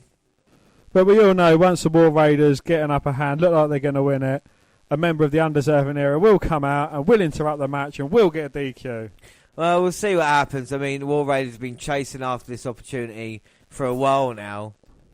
And Opportunity. The Undisputed Era have been a great tag team. We've seen them defend against Only Lorcan and Danny Burch. And they try to double team Rowe, but he hits a double clothesline. And they've been dominating tag team division since arriving at TakeOver, taking out the Undisputed Era. In comes Hansen. And Kyle O'Reilly trying to be optimistic, trying to take him down. No chance. Sunshine. A shoulder block there, and he goes for a punch of Strong. Sends him out. And a kick by Kyle O'Reilly. Now he's got the guillotine, trying to wear the big man down. Tags in Roderick Strong now. Both looking to double clothesline Hansen. And again, they both bite the bullet. Hansen runs right through their hands and takes them both down. Oh, and now O'Reilly and Strong going to have a confab at ringside. And O'Reilly... Oh, my God. Hansen's not waiting... Rowe's not waiting around. But the distraction proved right because Roderick Strong comes in, as the Undisputed Era do, from behind. But that offense lasts very little time because Rowe ducks under Strong. But again, O'Reilly comes in, hasn't been tagged. And he's trying to work the leg, but can't get Rowe over. And he just powers him up and drops him to the mat. Now he's got with a gut wrench and backdrops Roderick Strong. But O'Reilly managing to get some separation. Only for a second, though, and Hansen tagged himself back in. Scoop slam. And now he scoop slam. Scoop slam on Hansen on O'Reilly. They pick up Strong. And throw him at O'Reilly. Well, we've got no NXT Tag Team Champions at the moment. They are dominating the War Raiders. O'Reilly backing away. Oh, Strong with a clothesline attempt. Rowe dodges it and hits both men with forearms. Throws O'Reilly back, but Strong tries grabbing the leg. He gets kicked off. Clothesline for O'Reilly. And again, Strong from behind attacking Rowe's leg. Well, referee's distraction allowed that. O'Reilly just beating down on Rowe. Rowe fighting out to his credit, but the Undisputed Era just won't give up at the moment. Roderick Strong with a back. Goes for the cover, only gets a 2. 2. Dragged Rowe back to the Undeserving Era corner. Now works the leg as he tags in O'Reilly. They're just working away on Big Rowe in the corner. Throws him into the turnbuckle. Oh, kicks to the knees, trying to chop the big tree down. Well, the Undisputed Era obviously had a game plan when they came into this title match. Maybe it was to separate the two, but Rowe's fighting out of this. Oh my God, kick, slap, knees by O'Reilly. And then a spinning heel trip. Drops Rowe to the mat. Then he antagonises Hansen. Goes for a cover. Oh, only getting a 1-2 count. 2. Now the palm strikes. Took too long. Roderick Strong with a cover. Oh, only getting a 2 count. And then goes 2. for a full mount. Tags in O'Reilly. And it's been impressive by the Undisputed Era. Keeping them in their corner, just whipping them, beating them up. Chops and kicks from O'Reilly and Strong. Well, it's great tag teaming from the Undisputed Era. Working on the leg. Oh, but Rowe kicking Strong back into the corner, trying to get across to Hansen. Strong grabbing the trunks, not letting him go. Oh, and he's got his foot locked with his feet. Quite intelligent there from Strong. Credit where it's due. And O'Reilly with a kick. He stops Rowe from getting up. And Hansen gagging for a tag now. Rowe getting some separation. Strong tags in Riley. Can he get across to Hansen? Oh. No. O'Reilly in, taking out the leg. O'Reilly going to run into the corner, but... Oh, he gets slammed to the mat. And a big war chant. He's looking to tag in his partner. O'Reilly's tags in Strong. Oh, and Hansen gets the tag in. Throws Roderick Strong nearly all the way over. Sidewalk slam with authority. Bang! Running crossbody. O'Reilly comes in. He gets a slap across the face for his troubles. My God, sent on there by Hanson and O'Reilly. Roll through, clothesline. Oh, he cartwheeled, then clotheslined. Taken out strong. And that's impressive by Big Hanson. Bang! Bronco Buster to Strong. Goes for the cover. 1, 2. Oh, Strong just managing to kick out. Oh. Hanson tags in O'Reilly. Looks for a sleeper. He gets backed into a corner, and a running knee to O'Reilly sends him back into that corner. Oh, and Rowe couldn't pick up Hanson. He slaps him and says, "Come on, you can do it, son." Oh, and he gets shoulder bars into the corner, straight into O'Reilly's head. And now they're picking up Strong. Oh. Bang. FU onto the knee. Fucking thunderous sit-out powerbomb. 1, 2. Oh. By O'Reilly in to break it up. Oh, my God. Hanson hasn't been there a lot. Rowe's been the one taking the most punishment. He tags him in now. Sit up, puts him on his shoulders. Clotheslines him down. And Adam for Cole. fuck's sake. It's Adam Cole, baby. He gets caught by Hanson, though. Knocked out with one punch. Thrown out the ring. And now we're going to have new NXT Tag Team Champions. And now he picks him up, but Strong blocking it. Knee to Hanson, O'Reilly in. Stomp to the back of the head, big forearm. Strong Olympic slam. 2. Oh, no. Oh. Rowe managing to kick out. Thank fuck. Now O'Reilly Strong looking to finish him. Oh, my God. Rowe catches him, knee to the head. O'Reilly with a kick to the calf. He gets a headbutt to the chest for his troubles. He's trying to take down Rowe and he's fighting it. But he's got the submission in. The leg they've been working on. And Strong gets caught by Hanson. He gets thrown onto O'Reilly to break up the submission attempt. Dragged back to the War Raiders corner. Tags in his partner. This has got to be over. Well, Hanson runs into a big boot but just shakes it off. I think that's just pissing off Hanson. Now the slaps combinations by O'Reilly. Pop up. Power slam. O'Reilly and Cole both get taken out. And this is it. Hanson's got O'Reilly. Oh! Bang. Leg drop. This has got to be it. For the pin. We got new champions. 1. Oh, no! It's Bobby Fish. In with a chair. Fish is back. And he's beating up the War Raiders. Oh, no. The Undisputed Era is complete now. All 4 men get one over on the War Raiders. And O'Reilly holding them strong. Oh, my God. Kind of Yakuza kick taking him out. And this is not good news for the rest of the NXT universe. Bobby Fish has completed Undisputed. Bunch of twats. Oh, my God. Yeah, we're big man. We take 4 men to beat up 2 men because we're that fucking good. Well, they lost the Tits. match. They lost the match but kept hold of the NXT titles. Shocking. Dan, what are your thoughts? They're fucking assholes, aren't they? That's all I have to say about that. Well, our next match was Britt Baker versus the Queen of Spades, Shayna Baszler. Yeah, Baker made another appearance in NXT this week, but had the misfortune of drawing a driven and determined Shayna Baszler as her opponent. Baszler took her over, targeted her arm and stomped on it. Baker arrived in pain and the official called for the bell, ending the match prematurely. The relentless Baszler flashed a smile after kicking Baker one last time and made her way to the back. This really put Baszler over as a total badass.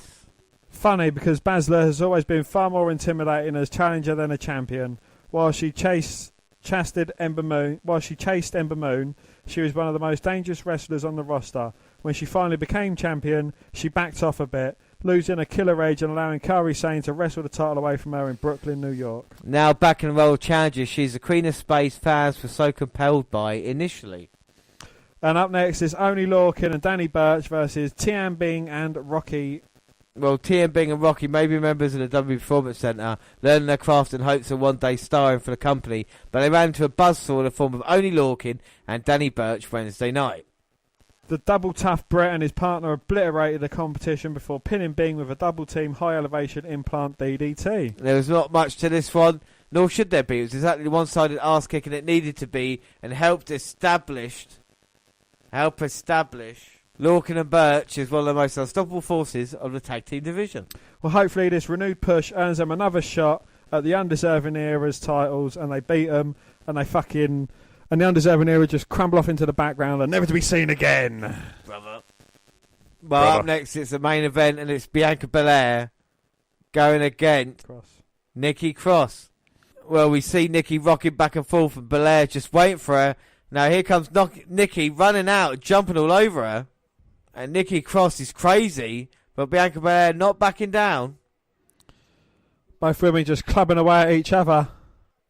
Belair now sending Nikki Cross into the stairs. No, Nikki reverses. Nikki Cross has got that crazy look on her face, because she knows. She's going right after Belair. Oh, monkey flip for Nikki Cross, though, sending Belair across the ring. And Nikki is such an important role to play here. We wondered why she stayed after Sanity went to the main roster, but she's in contention for the NXT Women's title. Plus, she knows what happens. She caught Belair's leg, just pushed her back across the ring. Oh, but looking for a running cross body, but getting caught. Good strength there. Fall away slam from Bianca. And Belair now just trying to wear down Nikki Cross. And Bianca Belair just trying to rip Nikki Cross's head off. It's just so different, trying to get out of submission. But Belair with a drop kick. Backs up Nikki. Standing moonsault, goes for the cover on Cross. Oh, but crazy Nikki managing to kick out. Well, Nikki now fighting out of this. But Belair with a kick to the midsection. She's got her up now. And a butterfly, the power of Belair. Nikki back to the corner. Here comes Belair. Comes charging in. Nikki moves out of the way, but gets a shoulder block takedown. Now Belair might take a risk going up to the top. Oh no, Nikki catches her, crotches her. Now she's in a tree of woe. Whoa. And Cross just stamping away on the midsection. Relentless there. Nikki doesn't care, running again, just kicking away. Now Cross just waiting for Belair to get up to her feet. Screams and charges in. Big cross splash. Running bulldog. Slapping herself in the face, getting herself psyched up. And Nikki going up after headbutting the turnbuckle. Belair trying to get to her feet. Here comes Cross. Flying cross body. But Belair managing to kick out. And Nikki pulling Belair and like some kind of Halloween monster. Belair screaming, but managing to kick away at Nikki. Throws her off. Nikki lands on her feet. But then Belair drops her with a big forearm smash. She's getting to her feet, runs into Belair. Oh, Belair spears Cross though. 1, 2. Oh, but Nikki just managing to kick out. Now Belair rolling her up properly this time, but again Nikki Cross managing to get the shoulder up. And a third time as well. And you can see the frustration with Belair not being able to get Nikki Cross down. But Cross just smashing Belair's face into her tuna box. Oh my God. Belair picks up Nikki. Sit out powerbomb. 1, 2. Oh.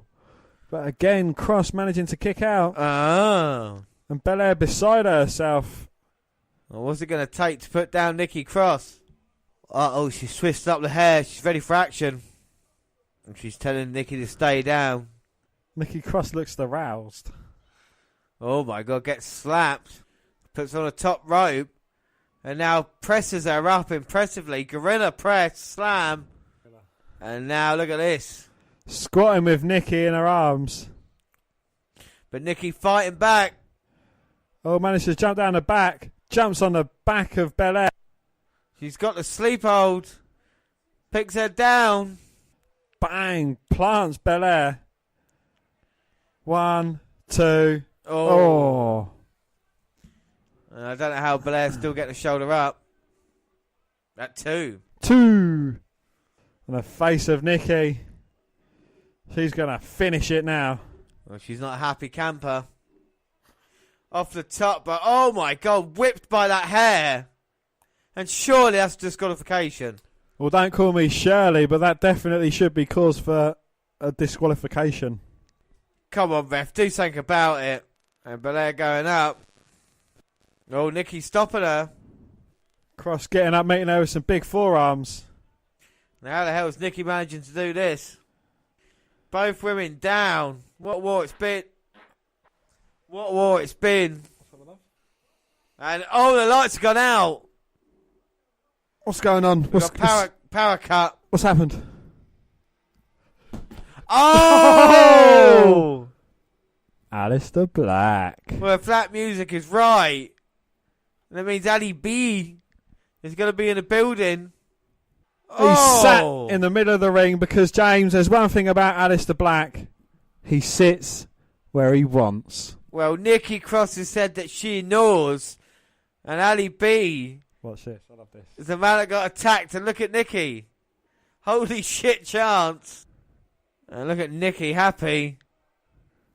Nikki's got a secret. Oh, and Black tells her to stop. Hammer time! He Come and wants, sit on Daddy's lap. he wants her to come over there and tell him. Cross slowly crawling her way over. And everybody be quiet. Johnny Gargano. And she whispers something in his ear. I know who did it. And his head has bowed. Does he know now finally who attacked him? Oh, he is seething. By the look on his face, he knows. Nikki told him, and he's gone mental, the former NXT champion. Who attacked Ali B? He seems to know now. We'll find out on next month's WWE Network review. James! Oh, it's going to be next month. James! What have you thought of this month's NXT? It's been absolutely great. We've had 2 fucking brilliant matches. We've had a match that should have ended differently.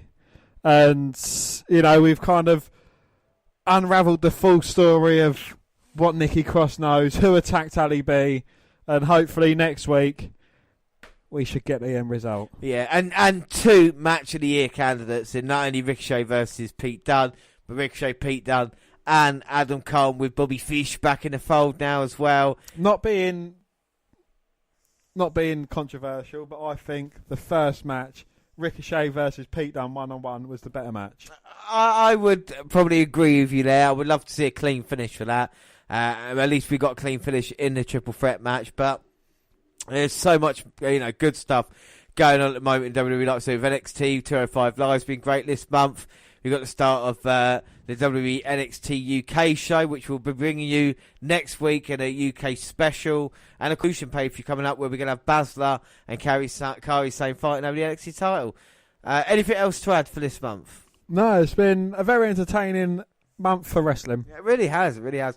Well, that's it. Don't forget you can contact us on Twitter at WWE Network Review or at Vince McDan, WWE. I'm at John_Rowlands. Of course, all the Google platforms, WWE Network Review on Google+. Send us an email to WNRpodcast@gmail.com. We're also on Facebook. Yes, Facebook. You can come and find our page and give us a like with a WWE cast.